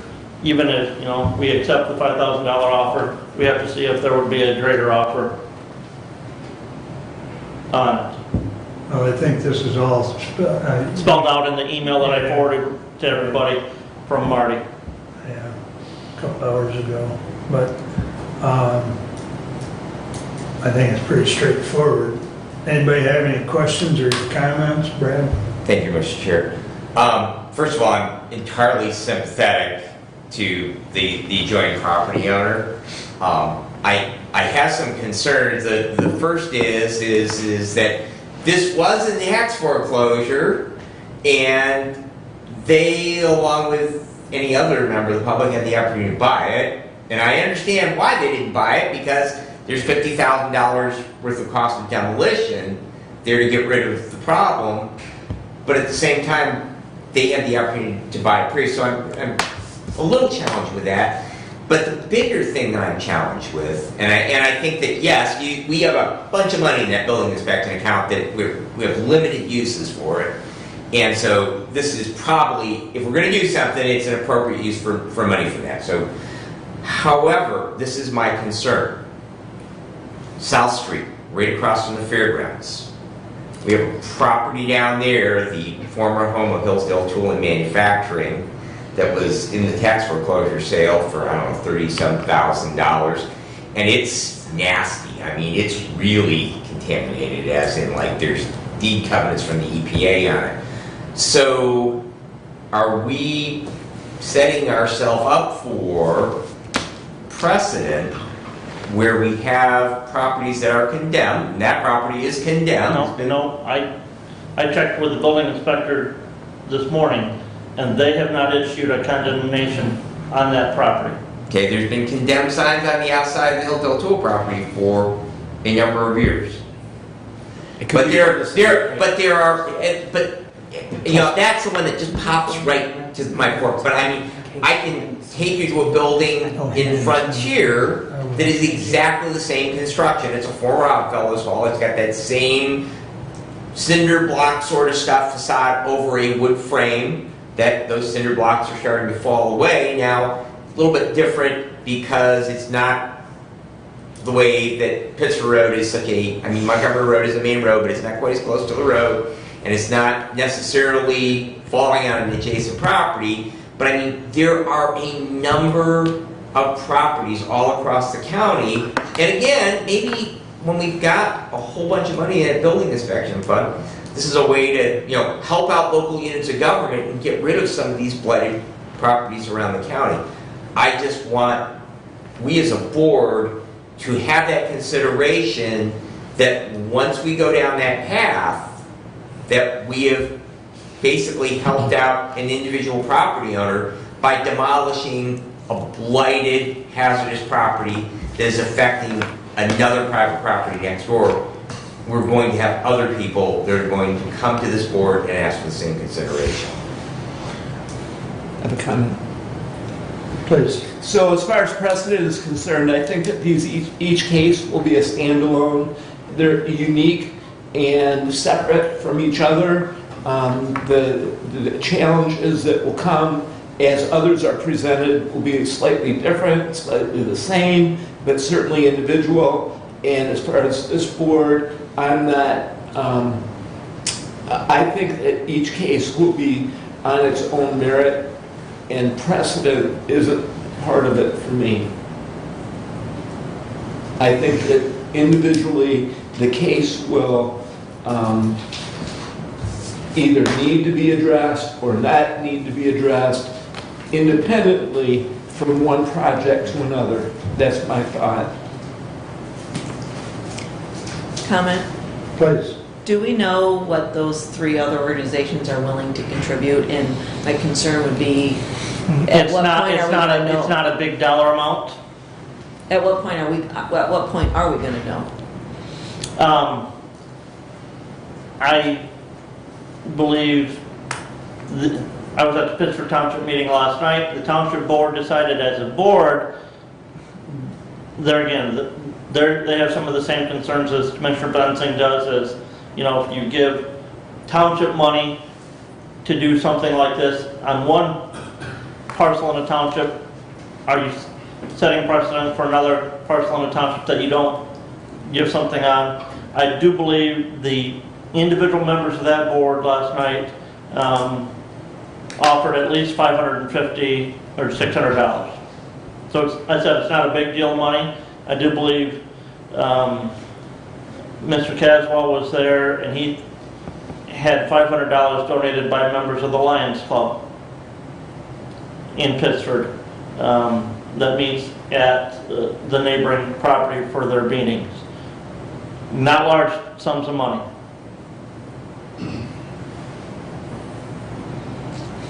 Does Pittsford Township have a vested interest in helping get rid of that building? Because it lies in Pittsford Township. It lies in Pittsford Township. I believe they do. If some other concerns on the property as a whole, in regards to some assessment issues on it, but that's, you know. Okay, I'm, thank you. Go ahead. I'm just marveling that it's already accrued in 2 years' time, $2,600 in back taxes on a building, you know, that is. According to the county GIS website, the parcel sold at the 2019 tax sale for $25. That would be the second tax sale. Right. Okay? The county GIS site has an SCV on that property at $23,400. And that's the same taxable value. We have a building that's been condemned, and it has the building value on the, as far as, for a true cash value of $44,517. Condemned. Again, that's here nor there. Yeah. Right, I'm just marveling at that someone set a value on that building that you couldn't find anybody to buy for any more than $25, and they set a value at almost $50,000 on it. You know, I could find parcels that still have building value on them and there's no building on them. So, but, I said that's an entirely different issue. Yeah. That I think the township needs to work with their assessor on. Not us as a body here. That's it. I think the issue is, you know, again, I am leery of your same concerns, Commissioner, about setting precedent. I don't, you know, as we're doing this with one, what's now going to stop the next person with a dilapidated building to just not pay their property taxes on it, not maintain it, and just let it come back to the county? And that's, you know, that's the concern I have. Other than here, we've already had a district court order this individual to demolish the building. The individual that owns it has no money. He was not the individual who bought it at the tax sale. He and a buddy met, I do believe, at drug court, and the buddy that bought it at tax sale transferred it to him on a quitclaim deed. All right. Any more comments on the motion? Does anyone need the motion read back? All those in favor signify by saying aye. Aye. Opposed, same sign. Sounds like it passes 5-0, so Follow that up with a resolution next week, or next meeting. we can do that. We can do that so it's on record. Keep us abreast of the progress. Yep. Thank you. That is all I have, unless anybody has any questions for me. That was enough. No.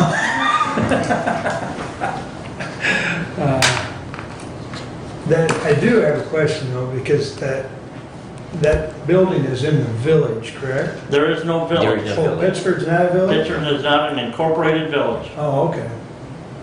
I learned something today. Well, if it were a village, is it in the village?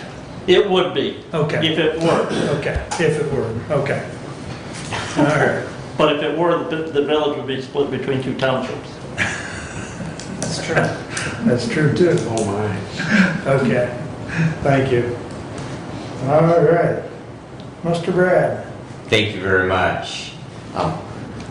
Mr. O'Neill, first of all, I'm not going to throw you under the bus with this first item under my report. Please understand that.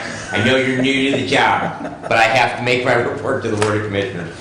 I reported at our last meeting that I had a meeting the following day with a follow-up with the ambulance providers in regards to behavioral transports. We did meet for about 17 minutes on September the 25th. The only members present at that meeting were Lifeways, the hospital, representatives from REU, Reading Emergency Unit, and myself. Was that August 25th? Yeah, I'm sorry, August 25th. That's what I get for writing it midnight. But I did write it Sunday night, not last night, so I did my homework in advance. So those were the only people present on it. Previously, we did have representatives from some of the other transporting ambulance agencies. Basically, what was presented by REU is that they were not interested in the offer that had been presented by Lifeways, which was simply that they would bill whatever the difference was between what they billed and what they were reimbursed for those transports, that Lifeways would make them whole. That offer was made actually over a year ago, and then COVID happened, so the same offer was presented to all of the ambulance companies. Reading said that they were not interested in that. They presented some information on a out-of-county company that does wheelchair transports, not medical transports, whereas there's actually a physician's certificate of need for it being a medical transport. So they basically said, we're not interested, we met for 17 minutes, and that was the conclusion of it. So I am continuing to work with Lifeways on how we are going to get those behavioral psychiatric patients to the appropriate level of care where, number one, there's a court order in place, there's a physician certification, and there is a physician's certificate of need that they need to go by ambulance. So we will continue to work on that. I did meet with Brian Walls, who is a vice president with Emergent Health Partners. Full disclosure, I am an employee of Emergent Health Partners, but I do have that contact since Lifeways, our community mental health agency of the Hillsdale, Jackson County, and they do serve the Jackson area. I did reach out to him and say that Lifeways would probably be interested in contracting with them as well. And he said basically the same thing we've heard. So he's fully supportive of that. We just don't have the people. We are unable to get the patients we need to get out of the hospitals we already serve. It is simply a staffing issue, and as we know over and over and over again, that we're shutting down ambulances, and that's a national thing. I get EMS1 comes to my inbox every day, and we are shutting down ambulances all over the country simply because we just don't have the staff. Terry, just don't have the staff. We can't provide those essential services. We're shutting down halls and hospitals. Don't have the services because they don't have nurses, they don't have techs.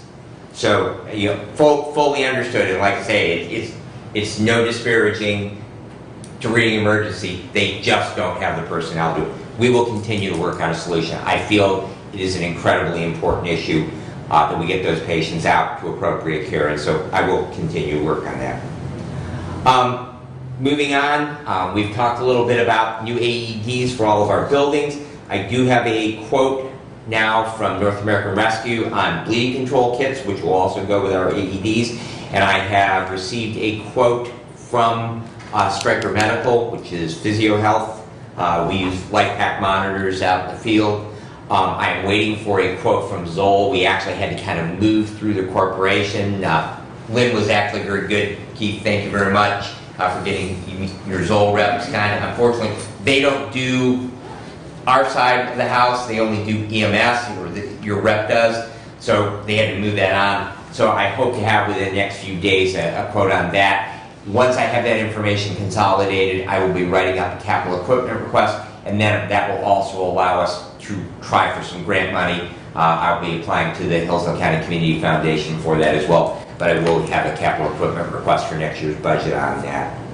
And as part of that, with the Stryker equipment, Emergent Health actually did extend their discount through their association to us on that, so we did get some favorable pricing on that. They will also allow us, because we have 2 Physio Health AEDs right now in the courthouse, which have issues with them, they're older units, and so they did give us a trade-in allowance on those 2, so we would have all new, the same units, if we were to go with their product. Also on that, current lead times are running about 18 weeks, just like everything else in the world. Very, very difficult to get product. Met with the sheriff, Commissioner Wiley and I did. He has suggested creating a new position within his department that would be responsible for all training of his personnel. So that would be firearms and other things. Also, though, that individual would be able to help with training for things like CPR training, stop the bleed training, Narcan administration, things that we were talking about doing for all of our employees in the county. There would be a number of other duties. It would be a non-bargaining unit position. So basically, it would be a command staff type position at the lieutenant level, but it would be a non-bargaining unit. That will be a continued subject of discussion. We're actually going to talk about that at our next County Security Committee meeting and how that would fit into what we have instituted so far with our security plans for the county. And of course, that would be subject to next year's budget because it would be a new position. So discussions will be onward with that. Our Hillsdale County Substance Use or Hillsdale County Preventions Works, we did meet on September the 9th at the ISD. We didn't have a quorum present. It's kind of an interesting how the dynamics of that group work. One of the things that our director discovered is we don't have anything in place as far as a virtual component.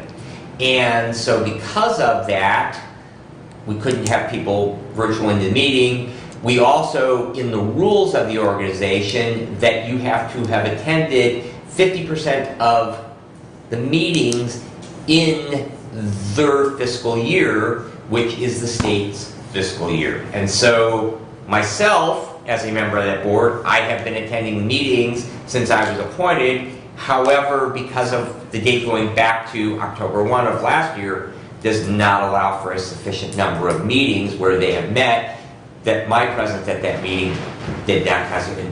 We had some other issues with that. So we weren't able to officially transact any business, one of which is we have funds that are expiring because the state fiscal year ends the last day of this month. One of them is opioid response money. We could use those for drug disposal. And that's one of the things we've talked about at a local level. We used to have a drop-off location at Nash Drugs, but there's cost involved with when you collect that product, how do you dispose of that?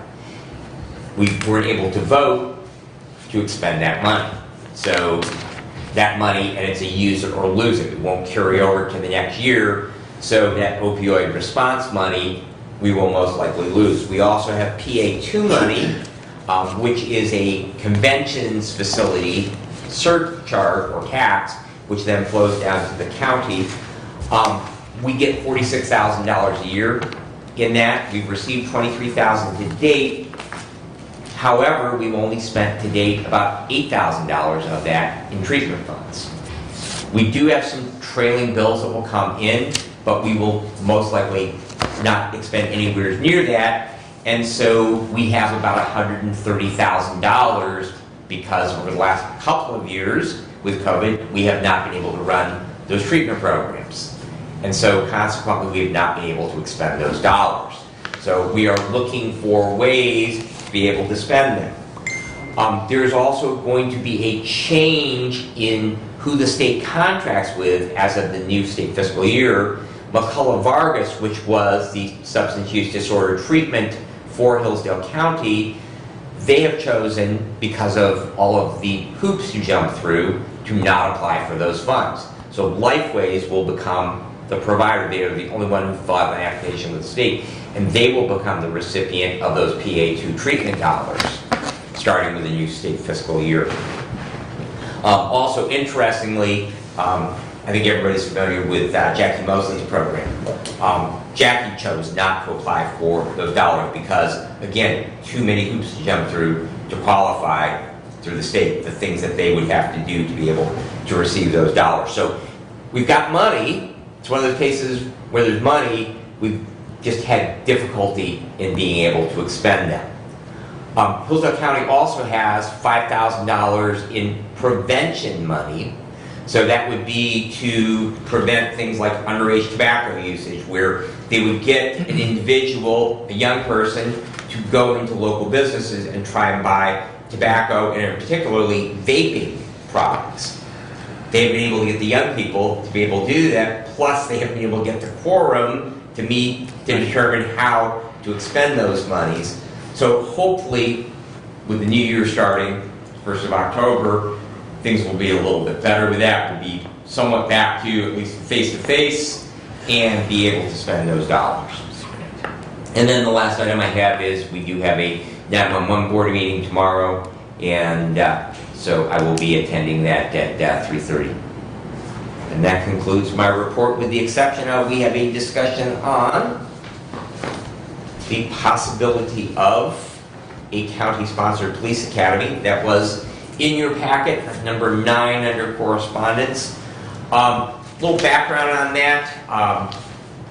Again, going back to getting employees, and the sheriff approached me a few weeks ago with the idea that possibly we could adopt a policy like many organizations have, with paying a recruiting bonus for hiring new police officers, because we have 2 deputy positions open and we are not getting applications for them. It used to be when you would have a full-time position at a county sheriff's office, in pretty much anywhere in the country, if it's a full-time job, you would have several hundred applications. Fire used to be the same way. If you have firefighter 2 and you have your paramedic, right now you can pick which big city department, right? You pretty well pick what big city department you want, where it used to be those job openings were very few and very far between.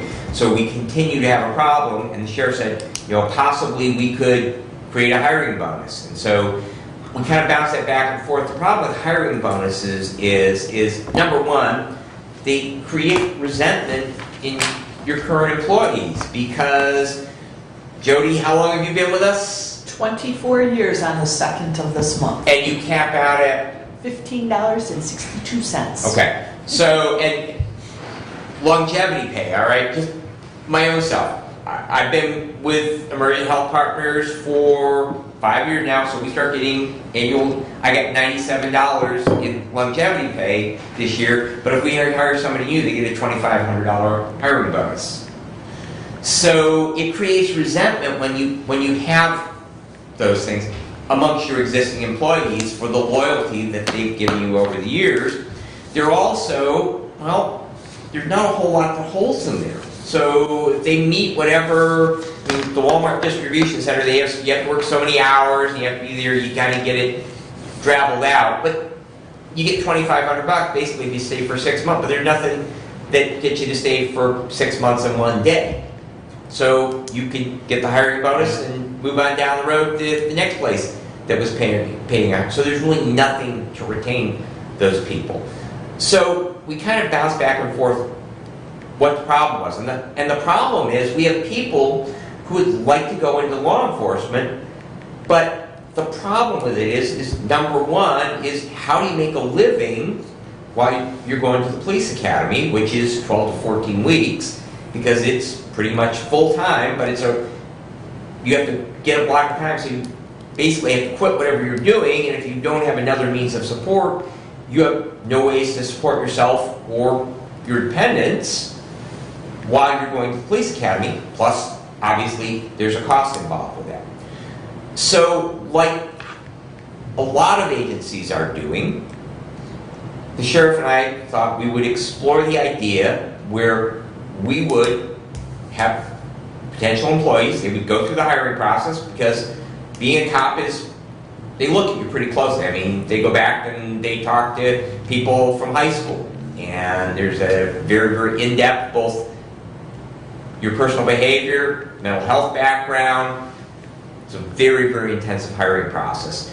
So if an individual could go through that background check, and you would be suitable to be hired as a law enforcement officer with our sheriff's department, that the proposal would be that they would be hired at the current hiring rate for a corrections officer, a jailer at our county jail, and we would pay them for 40 hours a week worth, and we would pay for their academy. They would have to get themselves there, so if it's at KVCC, they would have to get themselves there every day, Monday through Friday. They would have to pay for any uniforms, they would have to pay for any supplies.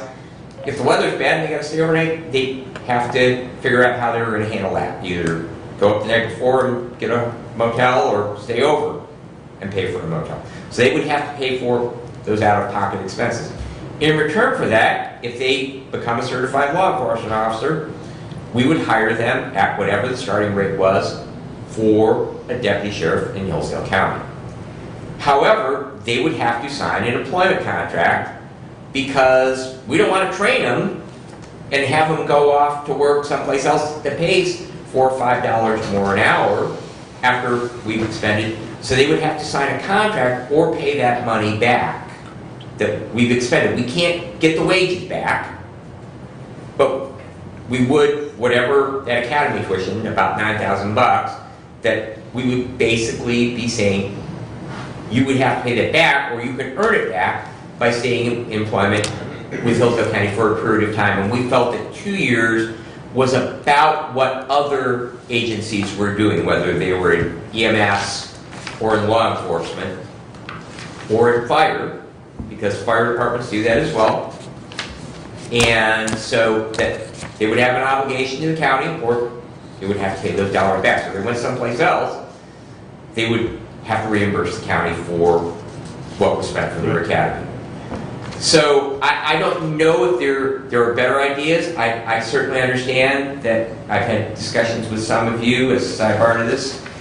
I paid for my own education, whether it was my professional education, I paid for my public safety education out of pocket. So, you know, I fully understand the idea of paying for it, but the problem is, you've heard today, Ms. Veer say, we can't get employees. And so our medical care facility, you got a big banner out front, you want to be a CNA, well, you know, here's what our classes are, and we'll hire you. Complete, get your certificate, we'll hire you. And I'm sure, you know, everybody, I know Keith, you've been able to create some medics with your education program, and I think that is something that everybody is doing, and it warrants looking at. So I will throw the open. So how do you proceed then? What is your idea? We would need the approval of this board. I would come back with, I would be happy to make a motion if we are ready to move forward with it, and come back with a resolution at our next meeting that we would go ahead and institute the program. We would have Mr. Thompson create a contract.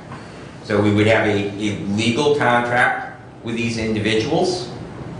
And then once it was set in motion, we probably would be looking the first of next year as far as when we would actually be having anyone start, because it's going to take some time to hire these people. As far as from a budget part, because we always have to talk about the dollars, well, we have 2 open positions that are budgeted right now that we're not expending any money on. I think technically 3 open right now. Okay. One person is in academy right now. And they were a corrections officer. They were a corrections officer to go to that, yes. Yeah. And so the front money would come from... Come out of existing budget. Right. I mean, we changed some line items around in it, but basically we come out of existing budget. And the program, the idea is we're only going to do this if we have an opening and we can't fill it. If we get qualified applicants, there's no reason, because we can put them, I mean, if they're already MCOL certified, we can get them in the FTO program and get them in place, but if we don't have any applicants, then at least this gets us moving forward with getting those positions filled. So it's really, from a standpoint of financially, it's neutral. I won't say it's not costing us money. It really is a cost neutral thing, because it's money that we are budgeting and not expending, other than the overtime to fill the shifts, because We don't have enough. right. The reviewing the stuff you had here, the only concern that I had is responsibilities of the applicant under number 6 and number 7. Okay. So number 7 says if you quit or fail the academy. Okay? Mm-hmm. Well, but nowhere in there did I say, so to me that's if you quit the academy or you fail the academy, you have to pay the money back. Nowhere in there does it say if you leave prior to that initial 2-year contract period, you also have to pay the money back for the academy Well, that'd cost. be more for contractual language, Right. which Yeah. Mr. Thompson will draw up for us. Yeah. I mean, seriously, that's where that would be. I mean, because the this individual is a signed working it. document. Mhm. We will Yeah. take this document and also have them create a contract. Because we want this understanding to fit legal muster, because we want to make that contract enforceable. Yes. Mhm. Yeah, if they drop early, how are they gonna pay back? Well, if need be, we'll hold their feet to the fire. I mean, they've signed a contract.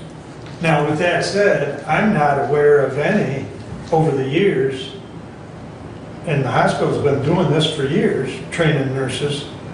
I'm not aware of any that have broke their contractual agreement. There's been, Has there been? not a lot, but the hospital has had to file suit. Okay, and that's what happens, is But is only they maybe file just That was suit. my couple. question, yeah. Yeah, but we've had, Brad and I and the sheriff had that very discussion, and you have to take them to court, so.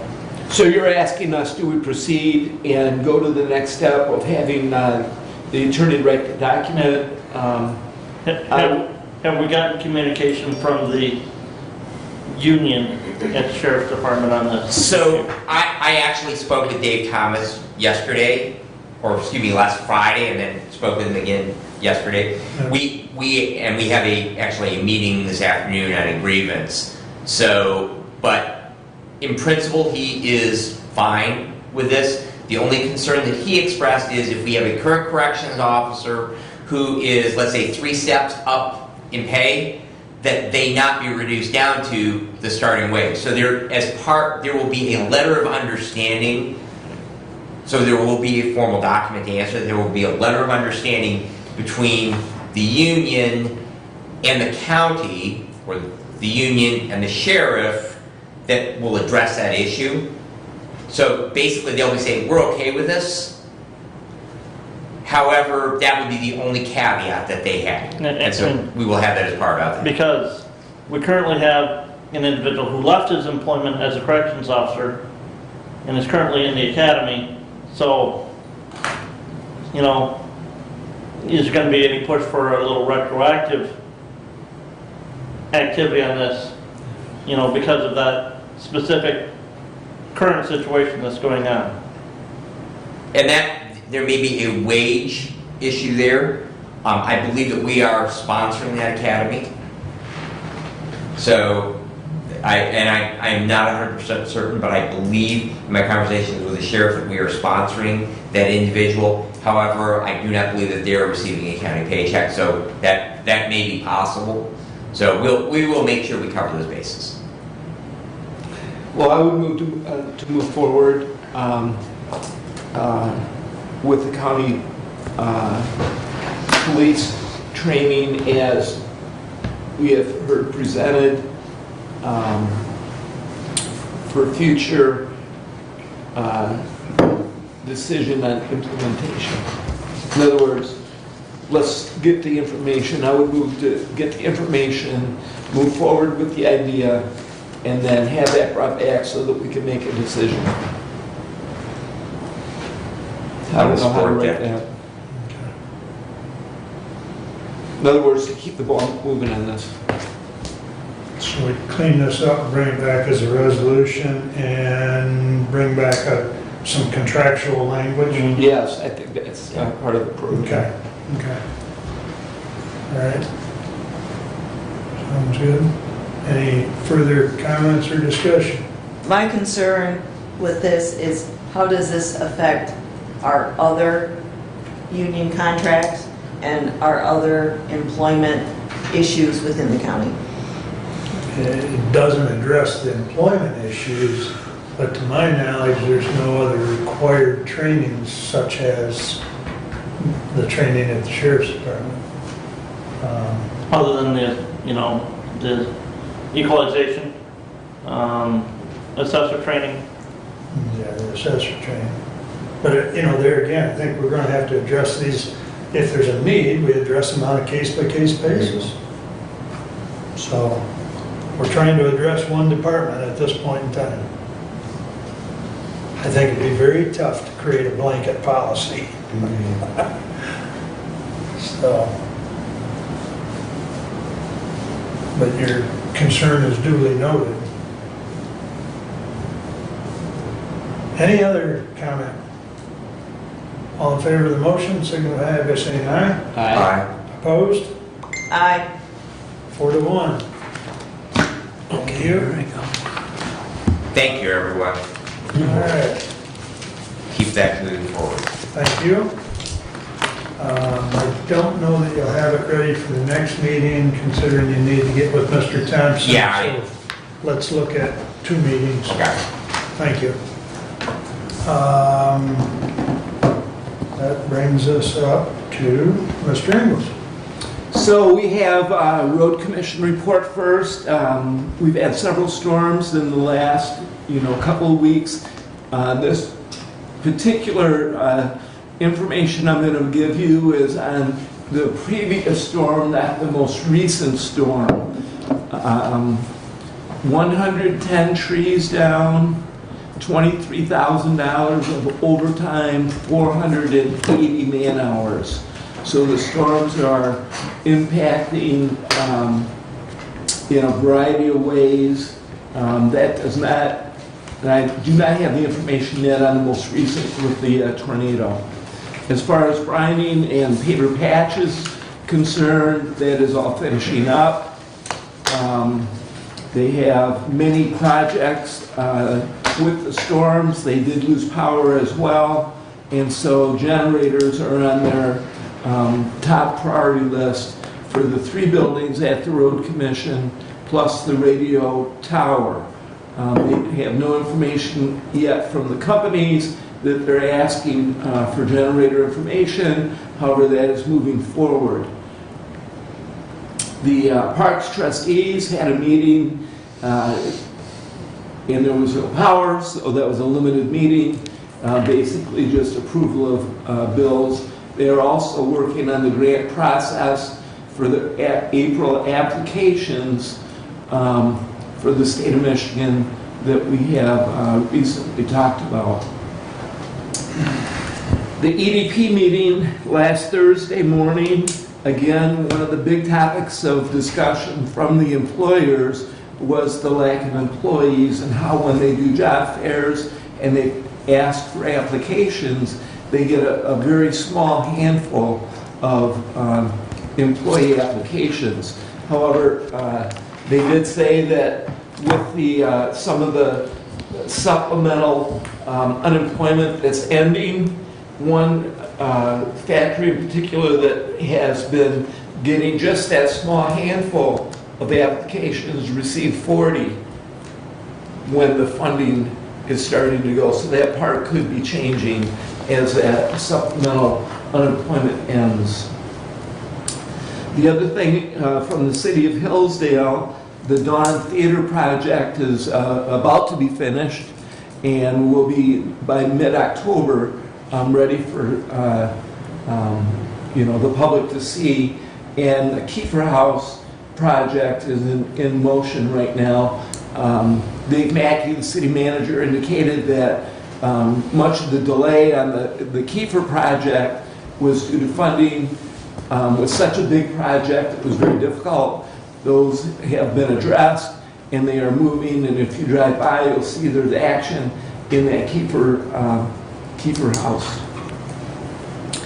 Michigan Works asphalt has been laid in the parking lot and probably today is ready to be driven on. So that project is just about done. They still do need to put the paint lines down.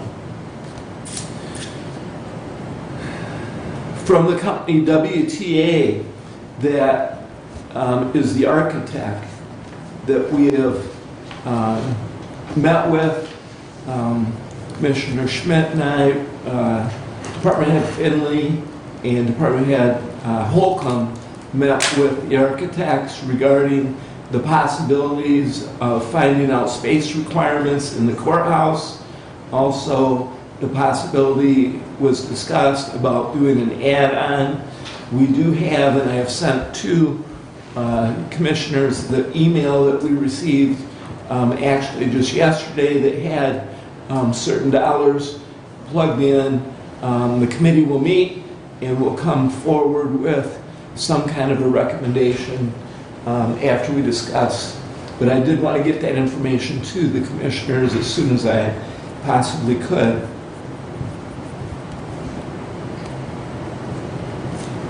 We have, and now I need to, we have in front of you a bid on the jail facade from the company Kmt Construction. You'll see there are handwritten a few adjustments on this paper. The initial bid, Randy was concerned about the steel that was initially bid. They talked about it, and Kmt Construction came back with the price of the better steel that Randy requested. In addition, on page 2, you'll see a yellow highlight of $1,330. That number is the dollars spent already on lumber and insulation that's sitting outside on the ground. So when you total the $1,640 and the $15,807, that addition will bring you to the $17,447. Please add 2 at the $1,330, and that should be the number that we're talking about to do the jail facade, providing when they take the brick down that they don't find another set of problems. Randy does not anticipate much. He anticipates there could be some repair that needs to be done because, in fact, the brick facade is pulling away and from the wall, and so obviously something will need to be repaired, but it's not expected to be a major, oh my goodness, moment when that facade comes down when they do the project. Currently, the project has previously been approved for up to $10,000 by this board. When the facilities department was going to do the project, facilities is not going to do the project. I put it upon myself to find, as best I could, a contractor vendor who would be interested. I did that with Kmt Construction. I know I've spoken with Commissioner Benzine about finding another contractor other than the facilities department. I don't know if any other commissioner has come up with any information that we can look at, but I do have this information that's in front of you, and it is under, it is under the bid price, which would require bidding to 3 or more. It's under the quote. We don't need to do a, Yes. we don't have to do a bid, but we're still supposed to have 3 quotes. Unless we can't get 3 quotes, which is according to the purchase policy. And we may be finding that we can't get 3 Right, quotes. so that's- Okay, so, I do have another quote forthcoming. I know that individual walked through the project, met with the sheriff, and that I did speak with them yesterday, and they will be putting in a bid on it. okay, A quote. So we will have 2. a quote. I don't Yeah. think we're going to get 3, but we'll at least have a second option. Okay? So we'll plan on, Who is Kmt Construction? Kmt is Mr. Tim Martin, who's sitting here in front of us right now. And if you do have any questions, please ask, but I'm well versed on this particular aspect, and we would be happy to answer any questions. I did not know another quote is pending, but that is all good. Kmt did indicate that that they have finished recently their big job that they've been on. They're ready to go. Weather is concerned right at this time of year. Kmt has indicated that it would be approximately a 3-week project. We've heard that before from facilities, that time frame matches. What we are is weather dependent, and as we get into the fall, especially if we wait to our next meeting, that's 2 weeks, plus the 3 weeks, which makes 5 weeks from today, there is a concern about weather. At some point, you know, if the weather changes, maybe we barricade it and we wait till spring. That's not the preferred method on this project. I think we can get it done. Director Finley, without seeing the other quote, has indicated that this is a very good price and is confident that K&T can do a good job.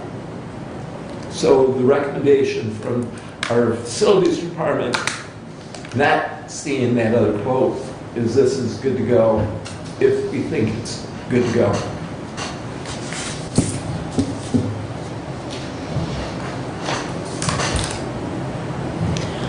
I appreciate the weather concern, but I'd like to see the other quote personally. I at least have two, and I appreciate Tim coming. I do know that we've made a lot of hay in October, so October is usually some pretty good weather, so historically. So I'm not too concerned about the weather now. If we were sitting here and talking November, that's another story. Exactly.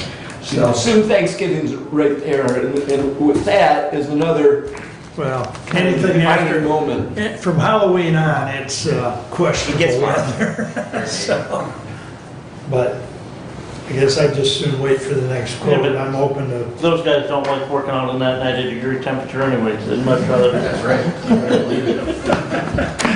That block sucks up a lot of heat, you don't want to be working up against that. So what I'm hearing is at this time, we're gonna sit on this for the moment. unless somebody else wants to. I do have a question for Tim. I do see on the sheet that it expired, the estimate date was September 12th, and it expired on September 12th It's as our, well. it's just the program that we run, it's just. So we're okay if we go in Yeah, 2 weeks? It's 14 days is what we normally hold everything to, but in this circumstance, we can hold it. I mean, unless the steel prices go up dramatically from today till then. But the other thing I want you guys to realize is there is a dire concern there. That is a super dangerous situation out front of that building. Just, it's definitely not a good, it will fall soon. Yep. So I think we appreciate that comment, Tim, because Yeah, it's I know I in do. need. And I appreciate the fact that, I bet it's September 12th, in the last 6 months, the bid expired September 12th, because if you didn't make a decision that day, the prices were gonna change It's- the next day. That's not a lie either. We've done bids that were not valid for 6 hours, the way the materials have changed. Yep. But we're kind of plateauing, so we'll keep it. Okay, thank you. Absolutely. Very good. So that does complete my report for now. Any questions for Doug? All right, thank you. Kathy, that brings us up to you. All right, the first one I guess I will address is the resolution 21091. I guess I'll read the whole resolution. Resolution 21091, resolution to support the establishment of a tax increment finance plan and permit the capture of the allowable county millage rates by the City of Litchfield Downtown Development Authority as a component of the 2021 development plan.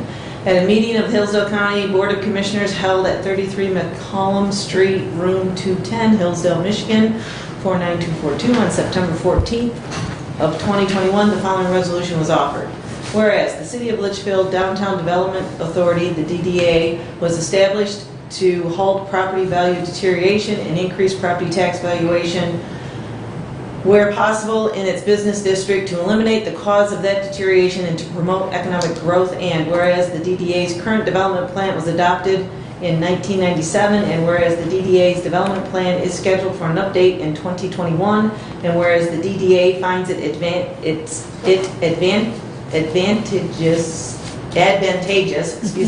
to establish a tax increment financing plan pursuant to Act 57 of 2018 as the proposed financing mechanism to promote the growth and development of the downtown of Litchfield, and whereas the City of Litchfield DDA pursuant to Act 57 of 2018 is eligible to capture tax revenue from Hillsdale County equaling 7.966 mils in 2021, and whereas as on August 24th of 2021, the Hillsdale County Board of Commissioners voted in support of establishment of the City of Litchfield TIFA and agrees to permit the City of Litchfield DDA to capture to the full eligible 7.966 county mills.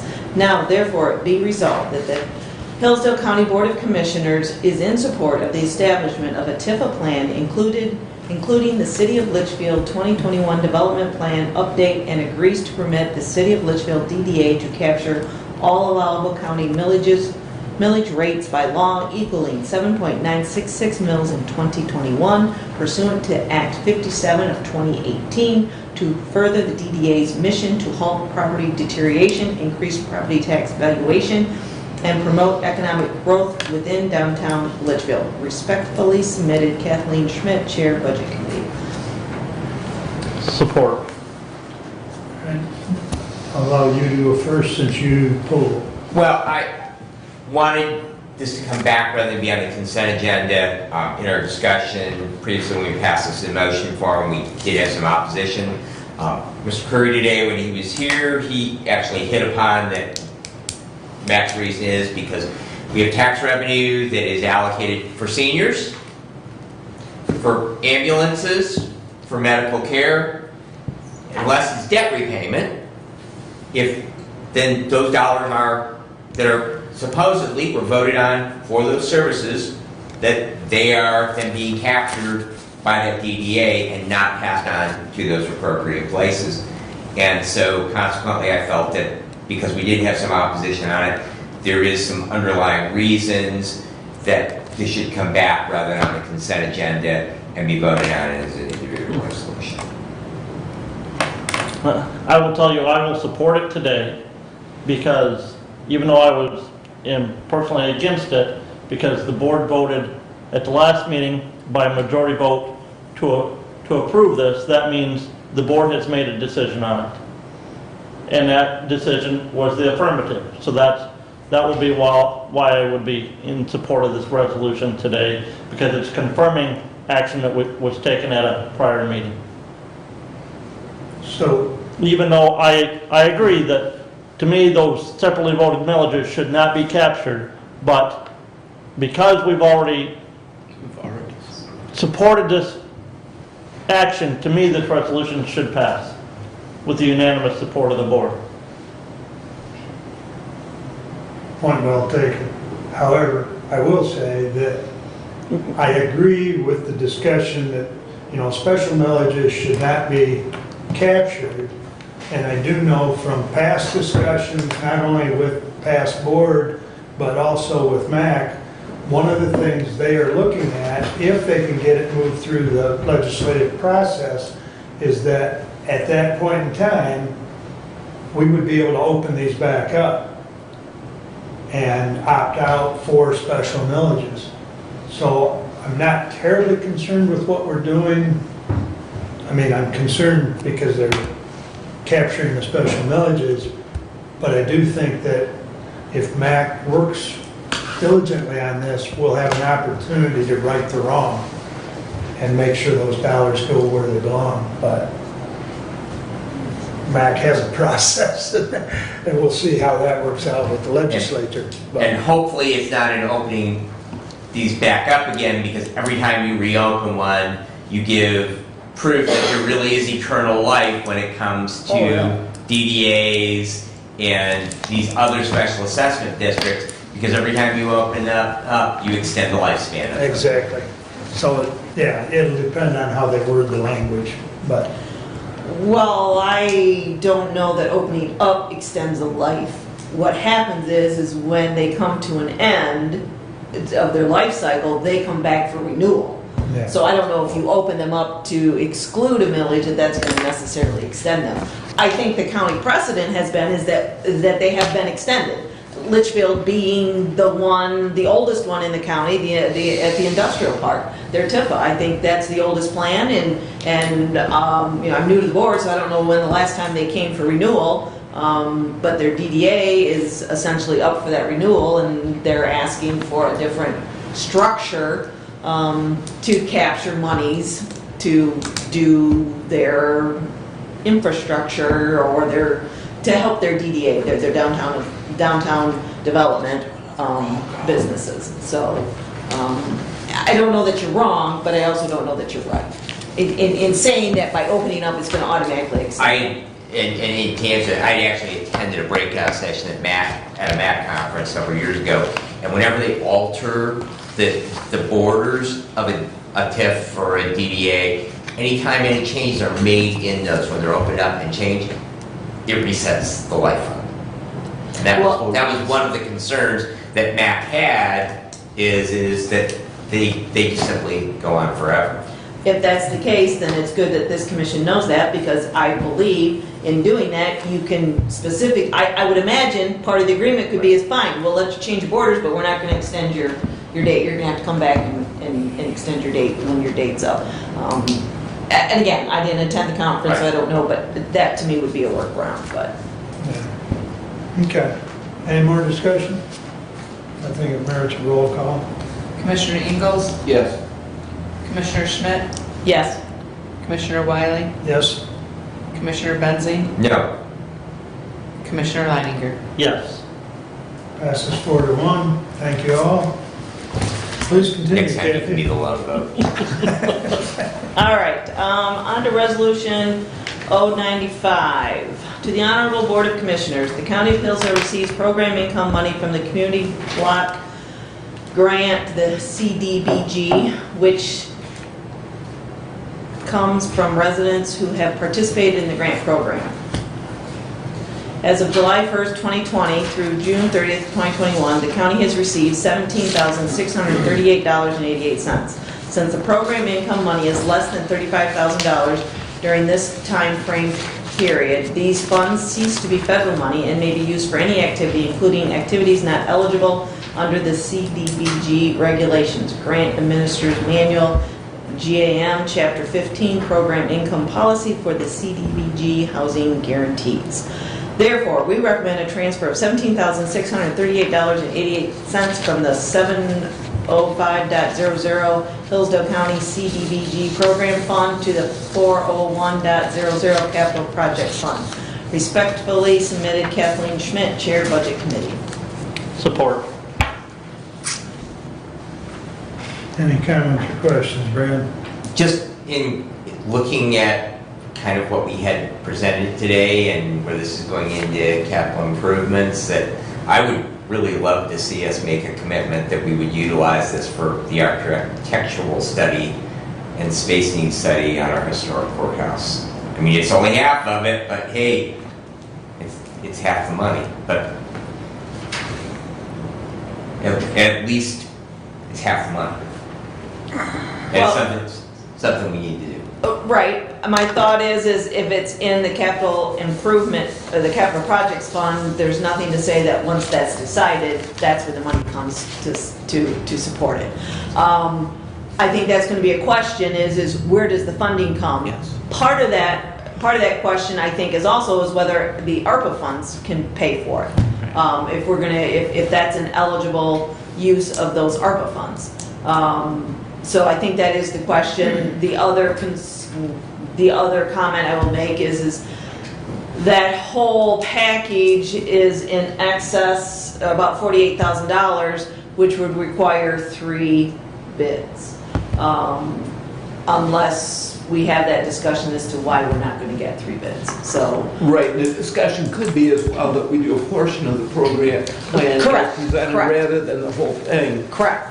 And I'm assuming that at the committee, that's the thing we're going to We're discuss, talking about but because you brought up money issues, those kind of are my thoughts as to if we do the whole plan, Yes. it has to be analyzed as to, do we need more Understood. bids or not? Not quotes, bids. Bids. Will we expend all of the funds that are in the current year budget in the capital improvement fund? Depends on what happens between now and the end of the year. So my only thought, the budget is will those funds carry then back over into that? If they're not expended, will those capital improvement funds carry over plus the new year's appropriation, or will that become just part of the fund balance, which then gets allocated out and we appropriate? That is part of the budget process. I think the precedent in past years has been the capital improvement fund. Those monies carry over into next year and add more to them. I would think, again, with all this ARPA money and it's essentially we're trying to take care of projects, I would think that the budget committee would have that thought in the process that it's going to be a carryover, not go to necessarily general Back fund. to the back Fund to the balance. general fund Right. balance to Right. be Right. redistributed elsewhere. Right. So, yeah, and that's, we're saying that these monies are gonna go into the capital improvement fund, but if we're gonna reset at the beginning of the year, I just wanna make sure that these monies, if we don't expend them, they stay, because they're not budgeted, Right. they stay in the capital improvement fund, they don't just get mixed into the general fund and then, Correct. Yeah. Correct. That would be the intent of the budget committee. Any other discussion? All in favor, signify by saying aye. Aye. Opposed, same sign. Motion carries. I said aye, sorry. Please continue. I was thinking about the next thing I had to do, I'm sorry. All right, the next thing on my list is, I'm gonna bring up the Hillsdale assessment roll correction. I'm gonna read what Nick Wheeler sent me, if that's okay with Nick, okay?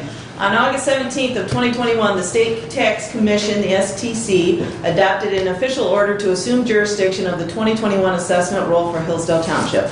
As part of this order, the STC is requiring Hillsdale Township to hire an outside party to fix 2 remaining deficiencies from the 2018 review of the township's assessing practices, commonly known as an AMAR, and to complete this work for the 2022 assessment roll. The Hillsdale Township Clerk and Supervisor have both reached out to the County Equalization Director asking for the county's assistance with this, and if the Equalization Director can be submitted for the pre-approval as the individual to assist the township in fixing these deficiencies. If the County Commission is supportive of this request and the Equalization Director is approved by the STC, it would seem appropriate that the compensation to the county for this service be paid by the township. The designated assessor agreement adopted in 2020 by the County Commission and a majority of the assessing districts in Hillsdale County sets forth a rate of $100 per hour for personnel designated as a Michigan Advanced Assessing Officer, an MAAO. The current Equalization Director is classified as an MAAO by the STC, and so the rate of $100 per hour would seem appropriate in this case. Therefore, I would make a motion to allow the Hillsdale Township to submit the Equalization Director's name to the State Tax Commission as the individual to be approved to fix the remaining deficiencies resulting from the 2018 AMAR. If approved by the STC, the cost to the township would be $100 per hour with an estimated time between 10 to 15 hours. Payment for this service will be billed to the township once the deficiencies have been deemed fixed by the STC and jurisdiction of the assessment roll returned to the township. That was a motion. That is a motion. I will support it. Second. By the way, I forwarded that to Oh, you did? Jody. Okay, so she doesn't need my I hard copy. just forwarded Okay. that to Okay. her, so Very good. you're all set. Okay, I didn't forward the whole email, Right. I forwarded the document that, you just okay, read. that's fine, okay. So it's been seconded, correct? Yes. All right, so I can continue commenting. All right, I forwarded some emails regarding this, and essentially from the understanding in the emails that the county assessor contract would not be applicable until 2023 due to the timing of what roles that they would be assigned to. That's some technical terminology that I'm sure Nick could eloquently elaborate on, but that's essentially my understanding of it, which is why we're not going to use the county assessor at this point. And Nick, who is our equalization director. County designated assessor. Yes, sorry, designated assessor, excuse me. So him and his staff feel that they can adequately take care of this within the county and have the problems solved. The email chain that you sent, I'm good with the explanation on everything, so. You're still good, Nick? The county designated assessor, as I read that contract, there's and correct me if I'm wrong, Nick, I know there is a flat hour rate in there based on the skill level of the individual involved, but I thought there was also a flat rate per parcel as well.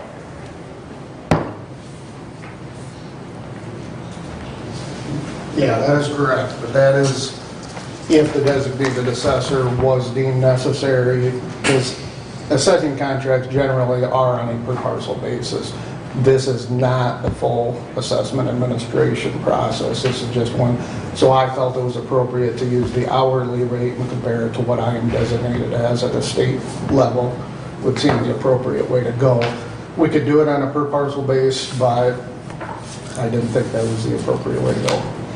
And the township still has the opportunity to go and seek other individuals to Certainly. correct this Yeah, this opportunity. is just an option. They had asked me, and I said, in this case, and kind of a little back history, we would, in normal years, if they came to me, I'd say, let's sit down, fix this, be done with it. Because this was a state tax commission order, I felt it appropriate to get permission from my bosses before I put my head on the chopping block, so to speak. So it might be a little over-exaggeration, but And the state tax commission still might not approve you. that's very possible. I don't think I've done anything to... And the township could say, well, $100 an hour, we're gonna go find somebody that'll do it for $80 an hour. Yeah. That's, what capitalism works. it is. Yes, this is just, I felt I was not going to commit unless I had the support of you, my five bosses. So I would, if this is approved, and I've already talked to Jackie Sullivan, the supervisor, that I am not comfortable until I get approval. Once you guys approve, and if they still feel comfortable with me or want to go, then they will submit my name to the state. But yes, certainly they have the option, and I assume they will discuss that. I believe they have a meeting tonight, probably.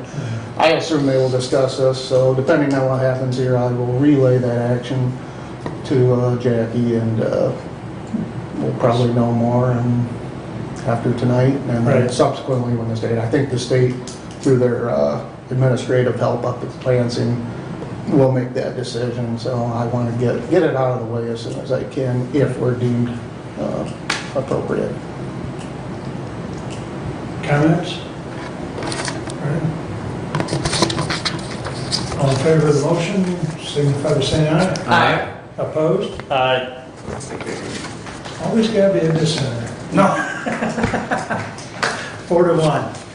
We need more motions because Kathy. Yeah, we gotta keep the balance. Okay.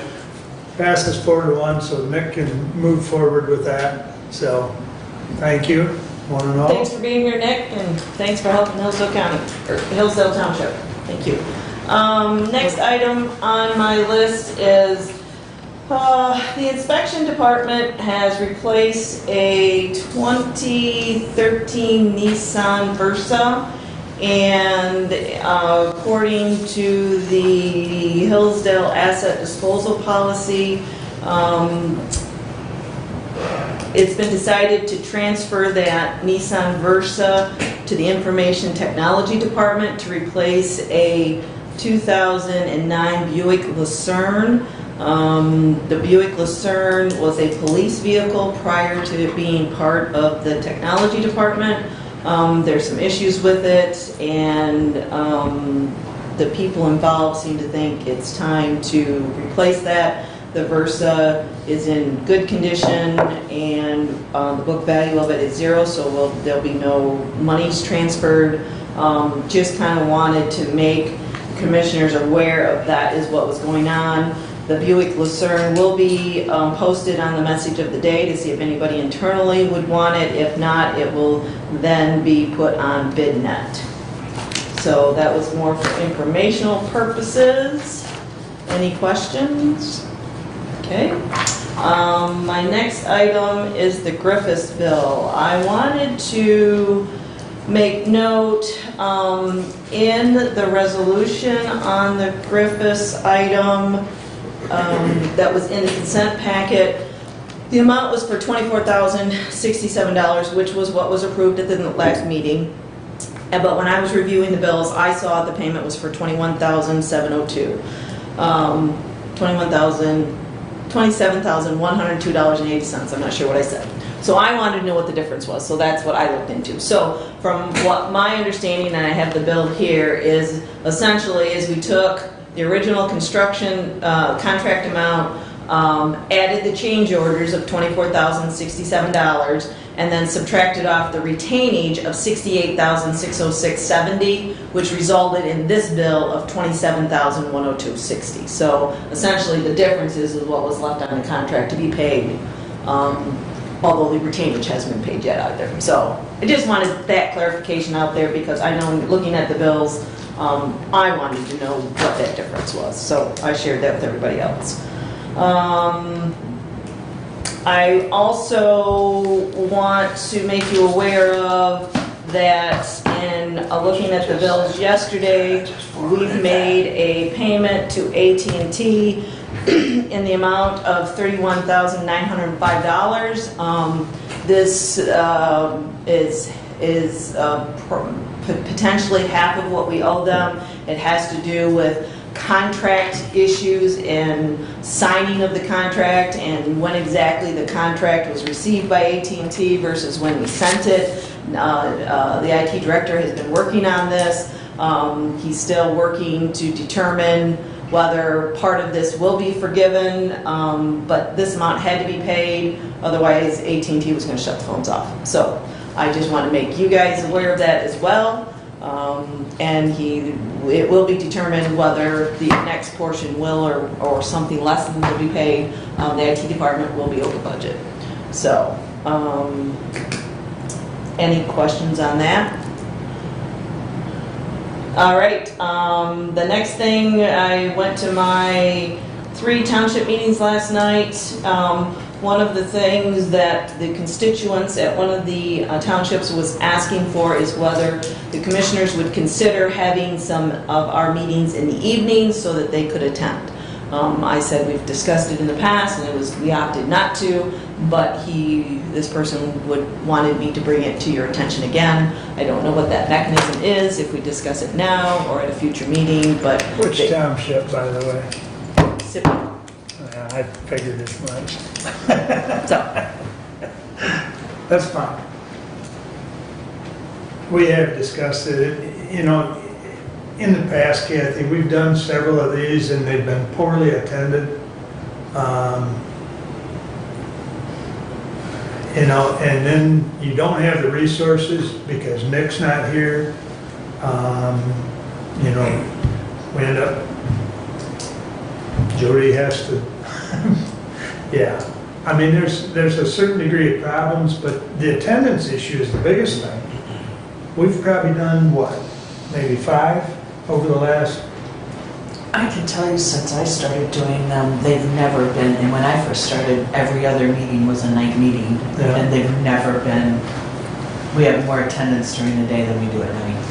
my only question or comment to that would be is, do you think the interest in Hillsdale County has changed since when we tried to do that every other meeting? Maybe. You know, A couple of years ago, we traveled. Yeah, we did traveling meetings and they were attended poorly as well. The only one that was attended well was Somerset. We did a meeting up to Somerset and that was actually fairly well attended. The only difficulty now with traveling Yeah, is the technology for recording and broadcasting on YouTube. that is correct. That Would is be correct. potential difficulty if you went to a traveling type meeting to be able to do that same recording and broadcasting of this meeting. Yeah. It's almost impossible to travel and do the recording on YouTube like we have been. I mean, if the board desires to do an evening meeting somewhere between now and the rest of the year, we can change that because, you know, it's, as long as we've got ample time to post it. So, I mean, that's the board's privilege to do. Well, as soon as you start doing an evening meeting, you bump into other meetings that happen as well, so. Absolutely. You know, I don't know, you know, if I were to consider, I would say probably that our second meeting of the month would be the one that I would think And first. And I would have some at times some conflicting meetings Right. with that as well, with some of those numerous boards. Yeah, and I always go back to that, we meet during the business day. I mean, the state legislature, they meet through the business day. This is the business of the county. Our county offices are open the day, and I understand the problems that creates for some people to attend. However, that it is the business day. We do have the resources here. It creates problems where we're asking our department heads, Jody, to change the schedule because now she's going to have to alter her work day in order to be able to come in the... I would get overtime pay. Right. So We're all in. And it has not historically affected attendance. Yeah. And maybe that just, I'm a great believer that we need to do things consistently. That, my retail store, it's like, it's not that, we're closed on Thursday and we close at 1 o'clock on one day so we can stay open later on another. But we have the same hours for 5 days. We do shorter hours on Friday, but I'm a great believer in that consistency. So maybe it's just that, we only do it, every once in a while. We have a night meeting that we don't, but very honestly, just, you folks have sat through enough township meetings. Who do you get at township meeting? Who do you get at village council meeting? Who do you get at city meeting? You get you get the fire chief, and about once a quarter you see the guy from the road commission, and once a year you see the insurance agent, and then some of the units, you have a couple of people who, for whatever reason, either they're just civically minded or they're gadflies, but Basically me. but you show up once a year. I know that I'm going to see you, once I see you once in the district, I'm going to see you in the district. And that's just the reality that, it doesn't seem to matter, those meetings are all at night. Unless School there's- boards. I've been to, school board meetings, do you see a huge, I always say it's the temperature of the township, how many cars are in the parking lot? How many people do you see at school board meetings out sitting in the seats? I will say in attendance in my district that there are people in the seats. Are there a lot of people? No. But there tends to be people at every meeting. The groups that are requesting the evening meetings, they're very attentive and they show up to every meeting. So, my thought would be whether we don't change the schedule this year, but I think we set our meeting schedule at our organizational meeting. Correct. I guess I would put forth that maybe once a quarter we have an evening meeting and be at the second meeting of the month and see how it goes. Again, if nobody shows up, then we can say, hey, we tried it again, nobody showed up, let's move them back during the, all of them during the day. That would be my compromise. Because, you do have people asking for them, and I would say the temperature of the county for involvement has changed a little. I think that is the case. And so, And I would agree with you, Kathy, but one of the things that we did prior to this board convening is we went to recording all the meetings via YouTube. Yep. And they are cataloged. You can go back several months on YouTube and watch any meeting you want. We did that to help assist in people that are at work. right. So- And I reviewed one just the other day, and there are people looking at them. Sure. But they can't comment. Whereas if we have an evening meeting and they can be in attendance, they can comment. And I know if they watch the ones on recording, they could make sure they get here to a subsequent meeting and make a comment. I Or they can understand that. email any one of us. Right, right. So, Well, and for much of this year, we offered meetings on WebEx. Right. Didn't even have to get out of your house, you could have sat on your computer and watched this meeting. But we had nobody participating in that method either. well, I wouldn't say nobody, because I don't know about this year, but I know last year, I participated via WebEx, so I know somebody did. So I don't like to use the term nobody. Well, but- Now, I don't know what has been happening this year, I haven't been paying attention. I will say that my experience with WebEx was not pleasant. Zoom was much easier than WebEx. WebEx was troublesome for me.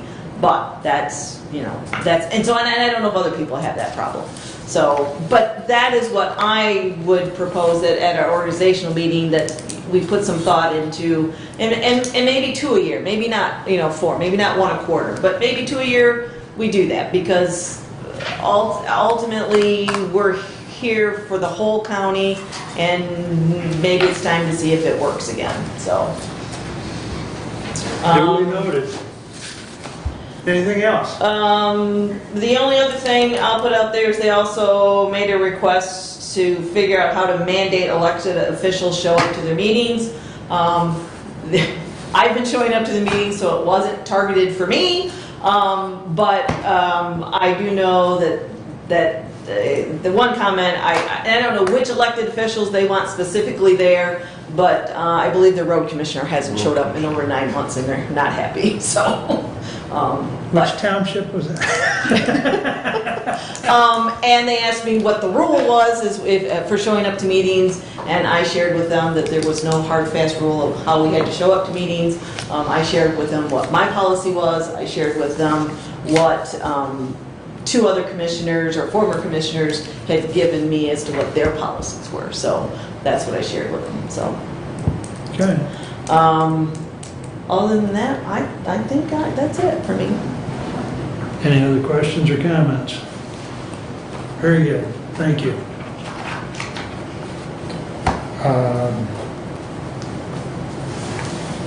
I'm going to do some reported items before we get into that resolution. The report from medical care. Terry says, good morning, weekly COVID-19 testing continues. Last week we performed over 600 COVID tests. We currently have 2 staff members off work related to COVID. Neither of these 2 staff members had direct contact with residents and were identified through routine testing. We currently have 0 resident cases in the facility. The Centers for Medicare and Medicaid issued new guidance last Friday regarding vaccinated and unvaccinated staff and resident testing. CMS has changed from basing regulations on the county's positivity rate to the county's transmission rate, which ranges from low to high. Hillsdale County's transmission rate is currently high, with a positivity rate of 21.2%. We expect more information on Thursday regarding quarantine requirement changes for residents with an exposure. We are awaiting further clarification from CMS regarding mandatory vaccination for employees. The last information we received was CMS was still working on the final rule. Part of the final rule process normally includes a 60-day public comment period. I will pass along information as we receive it. Resident vaccination rate stands at 93% and staff vaccination rate is currently 54%. Booster vaccine clinics are being planned at the facility pending clarification from the state and the federal government. The facility continues to hold vaccination clinics with cooperation of the health department. Staff vaccination participation is increasing with 6 more receiving their vaccine. And CNA certified nursing assistant classes are being held regularly, and anyone interested in becoming a CNA or care associate, please contact the facility's Human Resource Department. So that is your report from medical care today. And we got another packet on the opioid, which I'm going to drop off to Tim, because Tim is kind of the clearinghouse for the 2 boxes of information we've got. Paperwork was filed by the attorneys that are representing us. This is a bankruptcy of, can't remember the name of the outfit. Purdue Pharma? Malik Crop PLC. It's a pharmaceutical company on the East Coast. They have filed Chapter 11. So, and the attorneys filed the appropriate documents on our behalf. And we were trying to get either a Zoom meeting or an in-person meeting for further updates. Tim and I provided a couple dates. Those dates didn't work with the attorney, so as soon as I get that, I'll pass along those updates on that. In your packet was the meeting from OMI along with the presentation from USGS. Ohio's commitment of $500,000, Michigan and Indiana. Michigan, we had both Jim Driscoll from Lenawee County and myself had an email from, what's her name, Representative Cali, Rona Cali, that's what it is, that there was $500,000 allocated from Michigan. We haven't heard anything more. So Jim has contacted Senator Zorn, I've contacted Senator Shirkey, we're still awaiting, where's our money? Because USGS has done some things in the Michigan part of the aquifer, but they're also waiting on money to do further. So I just wanted to add that update on that. I'm also going to email Representative Wahlberg as well as my counterparts in Ohio and Indiana. We're going to represent or contact their representatives to see if there wasn't some sort of federal assistance that we could, so we can keep this project moving. So, Is there some way where those PowerPoint presentations, I know the one email you forwarded out had that in color, Yep. but unfortunately the scanned copy that the public has access to as part of the documents are black and white, and they're just not legible. Is there some way we can when make... you were put in the packet? Yeah. Okay. Yep. Is there some way, somehow, we can get those PowerPoint presentations in a color format, whether it be printed or in color online, so that the public can see that in a more legible... I'll contact Robin because I know Or if we you guys... recorded this meeting as well, so I'll see if I can get the recording, and that way the recording would be in color. That might be better. Yeah, and to hear their detailed explanation of it, because I reviewed the packet and it's like, okay. Yeah, if you could just get the slide deck put into a PDF and then post that, that'd be perfect. But yeah, I mean, but you can't scan it to do that because unless you're Right. scanning in a color format, so. But again, you could save it in a PDF format, and then the slide deck at least would be able to be viewed online. You print it, Yeah, maybe not so much, but Okay. I'll see what I can do. I'll email Robin this afternoon and see if she can't send us one or the other or both. So, okay. Thank you. All right. Our action item 21096, COVID positive / quarantine cases to the Honorable Board of Commissioners. COVID positive cases will be required to quarantine for a minimum of 10 days and if possible, work remotely. Individual must provide their supervisor with a doctor's slip and/or confirmation of positive test. Positive cases will be paid for regular hours at this time. Individuals are required to quarantine will not be paid at this time unless they are performing their duties remotely. In this case, that information must be documented and submitted to the Personnel Committee by their supervisor, who will review and submit for payment. All others will be required to use sick time, vacation time, or other. Note, quarantine guidelines vary and will be verified by the individual or their supervisor. Suggested source would be the Health Department or the current CDC guidelines.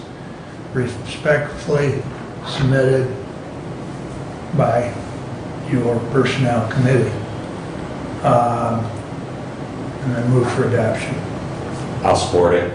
Go ahead. Point of clarification, I think that to make this a little bit clearer, that the first paragraph seems somewhat contradictory to the second paragraph, and I think what the intent was, individuals that are required to quarantine due to a close contact. In other words, we have confirmed positives, but we also, the discussion that Derek brought to us is, what about those people with a close contact that are not as a positive? And so I think the second paragraph needs to be a little closer defined, that we're really talking about people who have not received a confirmed positive, but they have been told to quarantine because of a close contact. And so I would suggest that we add in, due to a close contact as defined by current CDC guidelines. Where do you want to add that? Individuals that are required to quarantine due to a close, so we follow the word quarantine and then proceed the word will. So basically we're saying if they're confirmed positive by a test, Yep. that they're going to get paid. We'd like them to work remotely if they can, if it's possible, but they're going to get paid because they're confirmed positive. But if they're not a confirmed positive, they're just a close contact, because if we read those orders, they say that, well, if you've been in proximity to this individual for such a long period of time, that, and I know that we have schools right now that are doing that are, whole classrooms have been quarantined because of that. So I think that the intent is that if we have someone who has a medical test that says they are positive, we're going to pay them. But if they are quarantining because they're a close contact but not a confirmed positive, that they have to use sick time. So, and if that's your understanding, Mr. Chair, I think that was our discussion. I just don't think that it came out in the form of the resolution. Yeah, I think we both overlooked that when we reviewed that. So, you clear on? I'm just inserting the words, required to quarantine due to close contact will not be paid at this time. Correct. Will not be paid. Yeah. Okay. My concern with this is, at this point, I'm not sure why the positive cases aren't being paid through sick time if they have it, or vacation time, versus getting paid as a regular employee. Now, if you can work from home, don't have a problem with that. If that's what, I know last year we did that. I believe that was done with the CARES Act money, that payment, those payments were made in 2021. That money is just general fund money that's paying for that. My understanding is that's what the practice is, but I didn't think that was what we thought was the intent. So my thought here is it to be consistent through the end of the year. Do you leave where we pay for the positive, those who test positive, you pay for them to stay home, but you have an end date that's only through the end of the year.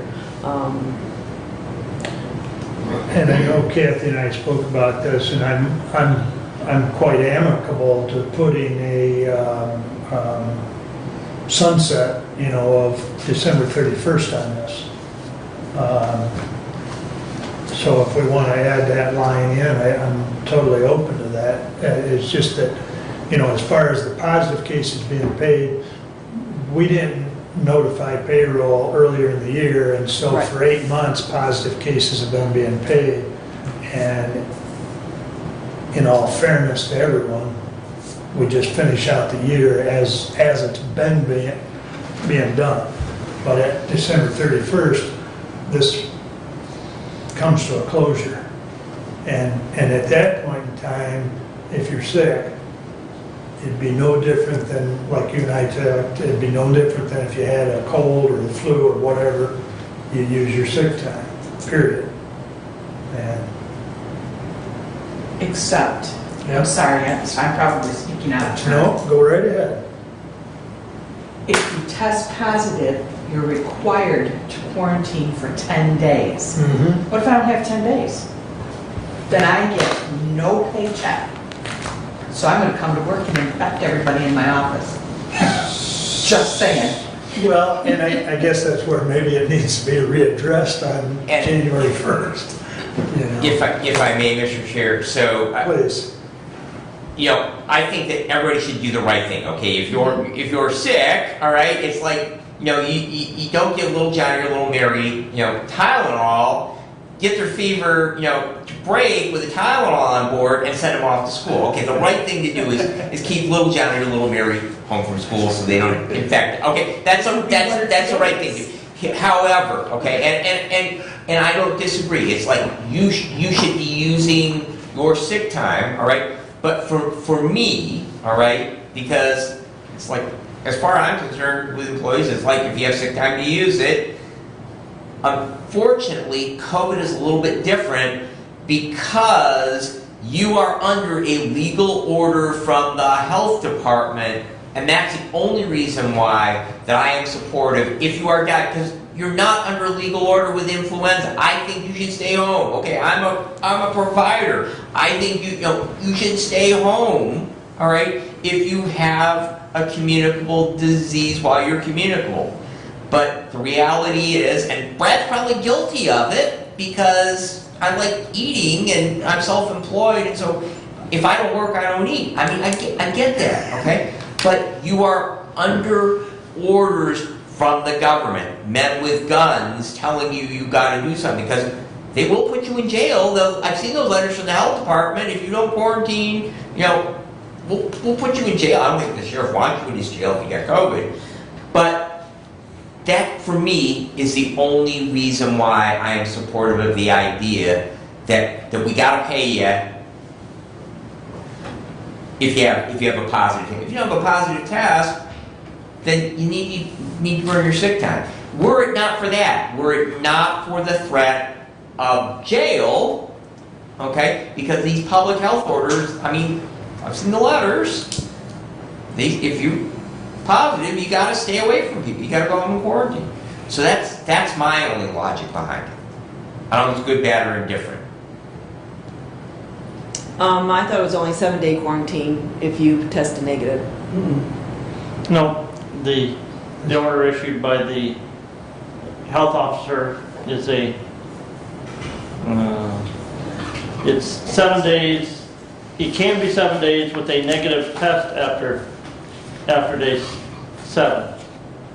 Yes, Okay. that's correct. But I was thinking it was actually a 2-week quarantine, not 10 days. It's 2 weeks. 14, I believe. So Dr. Vogel went ahead for the district and said 10 days was okay. So that's where the 10 days comes from. Because the way CDC reads right now, it gives authority to the local health departments to alter that from 14 to 10. So, Right, I have it here, and it's that the health department put out on September 3rd, and it says, in its relation, any individual who resides, attends school, or is employed within Branch, Hillsdale, or St. Joe counties that is notified by the Branch, Hillsdale, St. Joe Community Health Agency, Michigan Department of Health and Human Services, a local district or an agent thereof, that they are COVID-19 close contact, is required to quarantine for 10 days or 7 days with a negative diagnostic test. So there it doesn't say when the negative diagnostic test. No. No. okay. So I still think, you know, that it should sunset at the end of the year and at that point revisit it if need be. But if we leave it as this, it could very well be forgotten and not revisited in January 1st. The same thing gets to happen and maybe something changed where it shouldn't be in there. So I would be friendly with if we were to change the positive cases will be paid for regular hours until December 31, 2021, with changing that wording if the introducer of the resolution is. I don't know if you want to put that there, or if you put it at the end, because even those that are quarantining will be paid regular hours if they are able to work remotely. And just put a clause at the end that this resolution expires December 31st, 2021. That's fine, you make it a standalone sentence. But I don't have a problem with people getting paid as long as if they're working remotely. And quite frankly, it wouldn't be just due to COVID either. If you do your job and can do that job because you have to stay home for some reason, I'm not opposed to that. But I'm not opposed to just relooking at this resolution in December and seeing how we're going to go forward with it come January, so that our payroll people know what the current policy is. So by consensus, where and what are we at? December 31 has a tag at the end. As a standalone sentence? Okay, And that brings the whole thing back, in January. yes. Well, hopefully in December, so that the policy is set for January. So we have it in January, Right. yeah. Yes. Okay. So it sunsets December 31st, but to be readdressed at the last meeting in December. Yes. So that we're set up and ready to go in January. Yeah. So I have in the second paragraph, individuals that are required to quarantine due to close contact will not be paid at this time. And then at the very end, under the note, this is effective until December 31st, 2021. 31st, Okay. I'm good with You it. and I will just have to make sure we get it back Yep. the end of December. Okay, Thank you. if that's everybody's consensus with that, we don't have to vote on an amendment. Okay? So those two changes were friendly amendments and consensus, I think, is obtained. So any further discussion? All in favor, signify by saying aye. Aye. Opposed, same sign. Thank Thank you. you very much. Thank you. That is all I have unless there's a question or comment. We're running into the lunch hour. Public comment. Anyone wish to address the board? Tim, thanks for coming. Absolutely. I want to kind of give you guys a pat on the back. This group seems to be working together a lot better than the boards in the past. And I really want you guys to take that to heart because we do watch. One thing also with this bid process that goes on in Hillsdale County, I don't know if the new board's aware, I don't know, but there's a bid process, a third-party company that is contracted for all of us to put bids in through. It's kind of expensive for a contractor if you're not going to do a lot of municipal bid work. Just saying, maybe we might want to look at that because you probably would get more bids through local contractors. The other thing I want to say is, it's been in the past, a lot of people don't know, but municipality work has always been bid at a prevailing wage style number. I don't know where that was ever set. I'm an anti-union guy, so I don't agree with, just because I'm working for my community, that I should have to charge you tenfold the amount of money. To me, it's no different if I'm going to work on your individual home versus a community building. With that, I am super anti-tax spending. You can ask Mr. Engels, we've had plenty of conversations. I'm very aware of tax dollars being spent. Yes, just saying. So to me, I would like to see you guys revisit that at some point too, if there is something in there. I haven't seen it, but I know a lot of bids that you guys get do come in at or at that prevailing wage bid. If there's something that says it has to be that way, maybe we can look at doing something different and get the local guys involved more. There are a ton of us local guys out there, and a ton of us that we're busy, trust me, but we'll take the work. Thanks. Thanks for those comments, Tim. Anyone else wish to address the board? Yes, sir.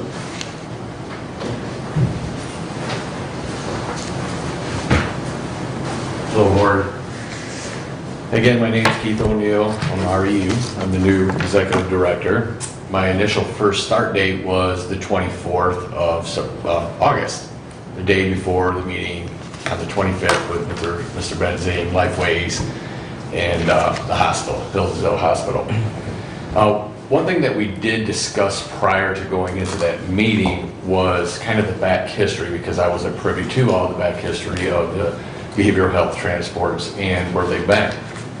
Now, under my understanding, there has been a lot of conversation with Lifeways, and one of the conversations that they did have is that they gave them the name of Area-Wide Transport, which is out of Kalamazoo, which is an organization that is trained specifically on doing behavioral transports, which we've contacted, or you contacted prior to me, and that they said that they have done behavioral health transports.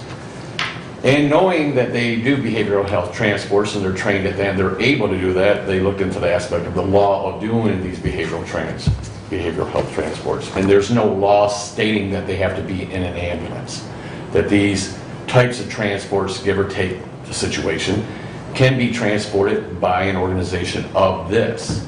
Then the next factor came into the aspect of Lifeways had $70,000 in their budgeted funds. Well, the Hillsdale Hospital said that they had 100 transports that they figured that they do per year.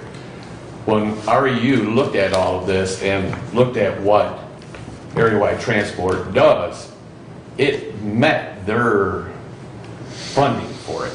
So they could get their 100 transports and, right at their budgeted funds.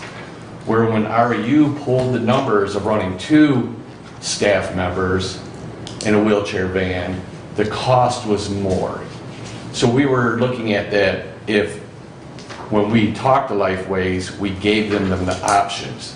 So the meeting that we were supposed to have on the 25th, Lifeways was already supposed to have made contact with Area-Wide Transport, which did not happen.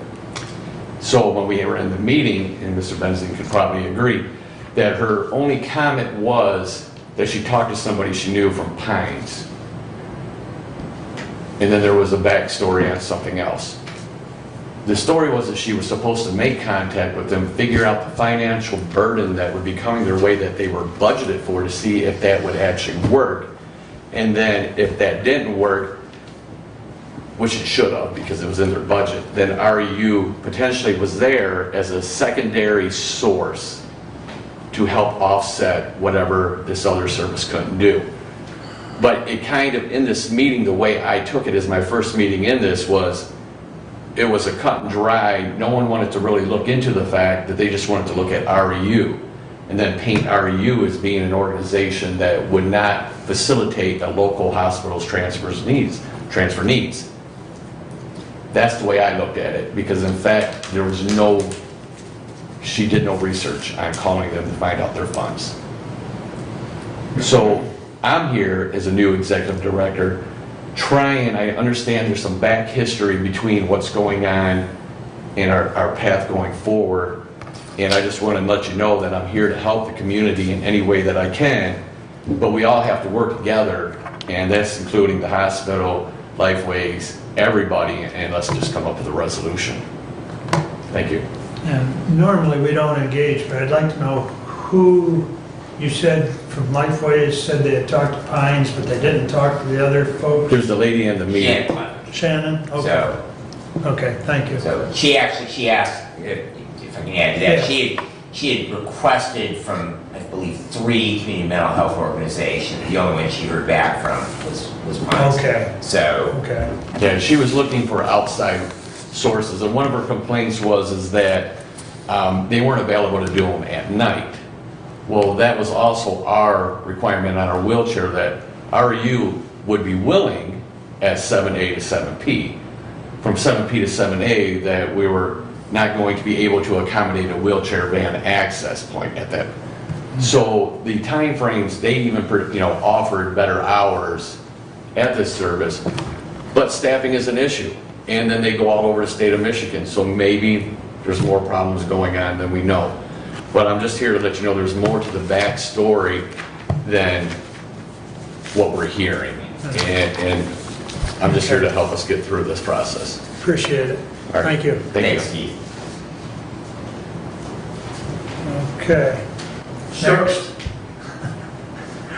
No, address the board. Yeah, please step up and identify yourself. My name's Larry Walworth. As I understand it, the jail belongs to the county. So that flagpole up there does not belong to the sheriff, as he quoted to me yesterday. He is flying the flag at half-staff, which is not authorized by the flag code.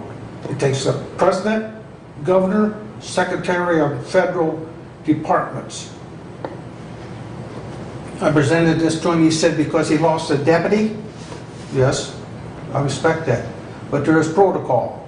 The governor has to order, as she has in the past deputy passings, for the flag to be flown at half-staff.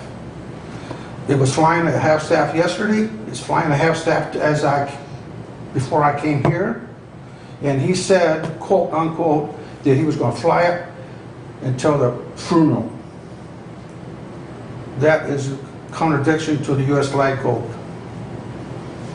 So I just want to let you know, I've addressed a whole bunch of people in the state already. And Mr. Wiley, I sent you an email about it too. You sent it to me? No, not to you, but to Ingalls. Yes, you Okay. did. Okay, Yes. okay. So Thank you. It's there in the code. And I even touched, Mr. Hotshot called me back yesterday. He said, it's my flagpole. And he's going to do what he wants to. If this is happening now, how much more is he doing above the law? Thank you. Thank you, Larry. I believe you wanted to say something, Terry. Just real quick, the county's very generous with the COVID hazard pay. The COVID quarantine pay. And I'm just saying, from the center's point of view, anytime we consider the quarantine pay for positive exposure versus not positive exposure, whatever that policy is, and we don't have unions like the county does either, we run it by our legal attorney just to make sure that, are we missing something? Because if I heard you correctly, those that just have the positive exposure don't get any quarantine pay, but those that have the positive exposure do. I think that's discriminating.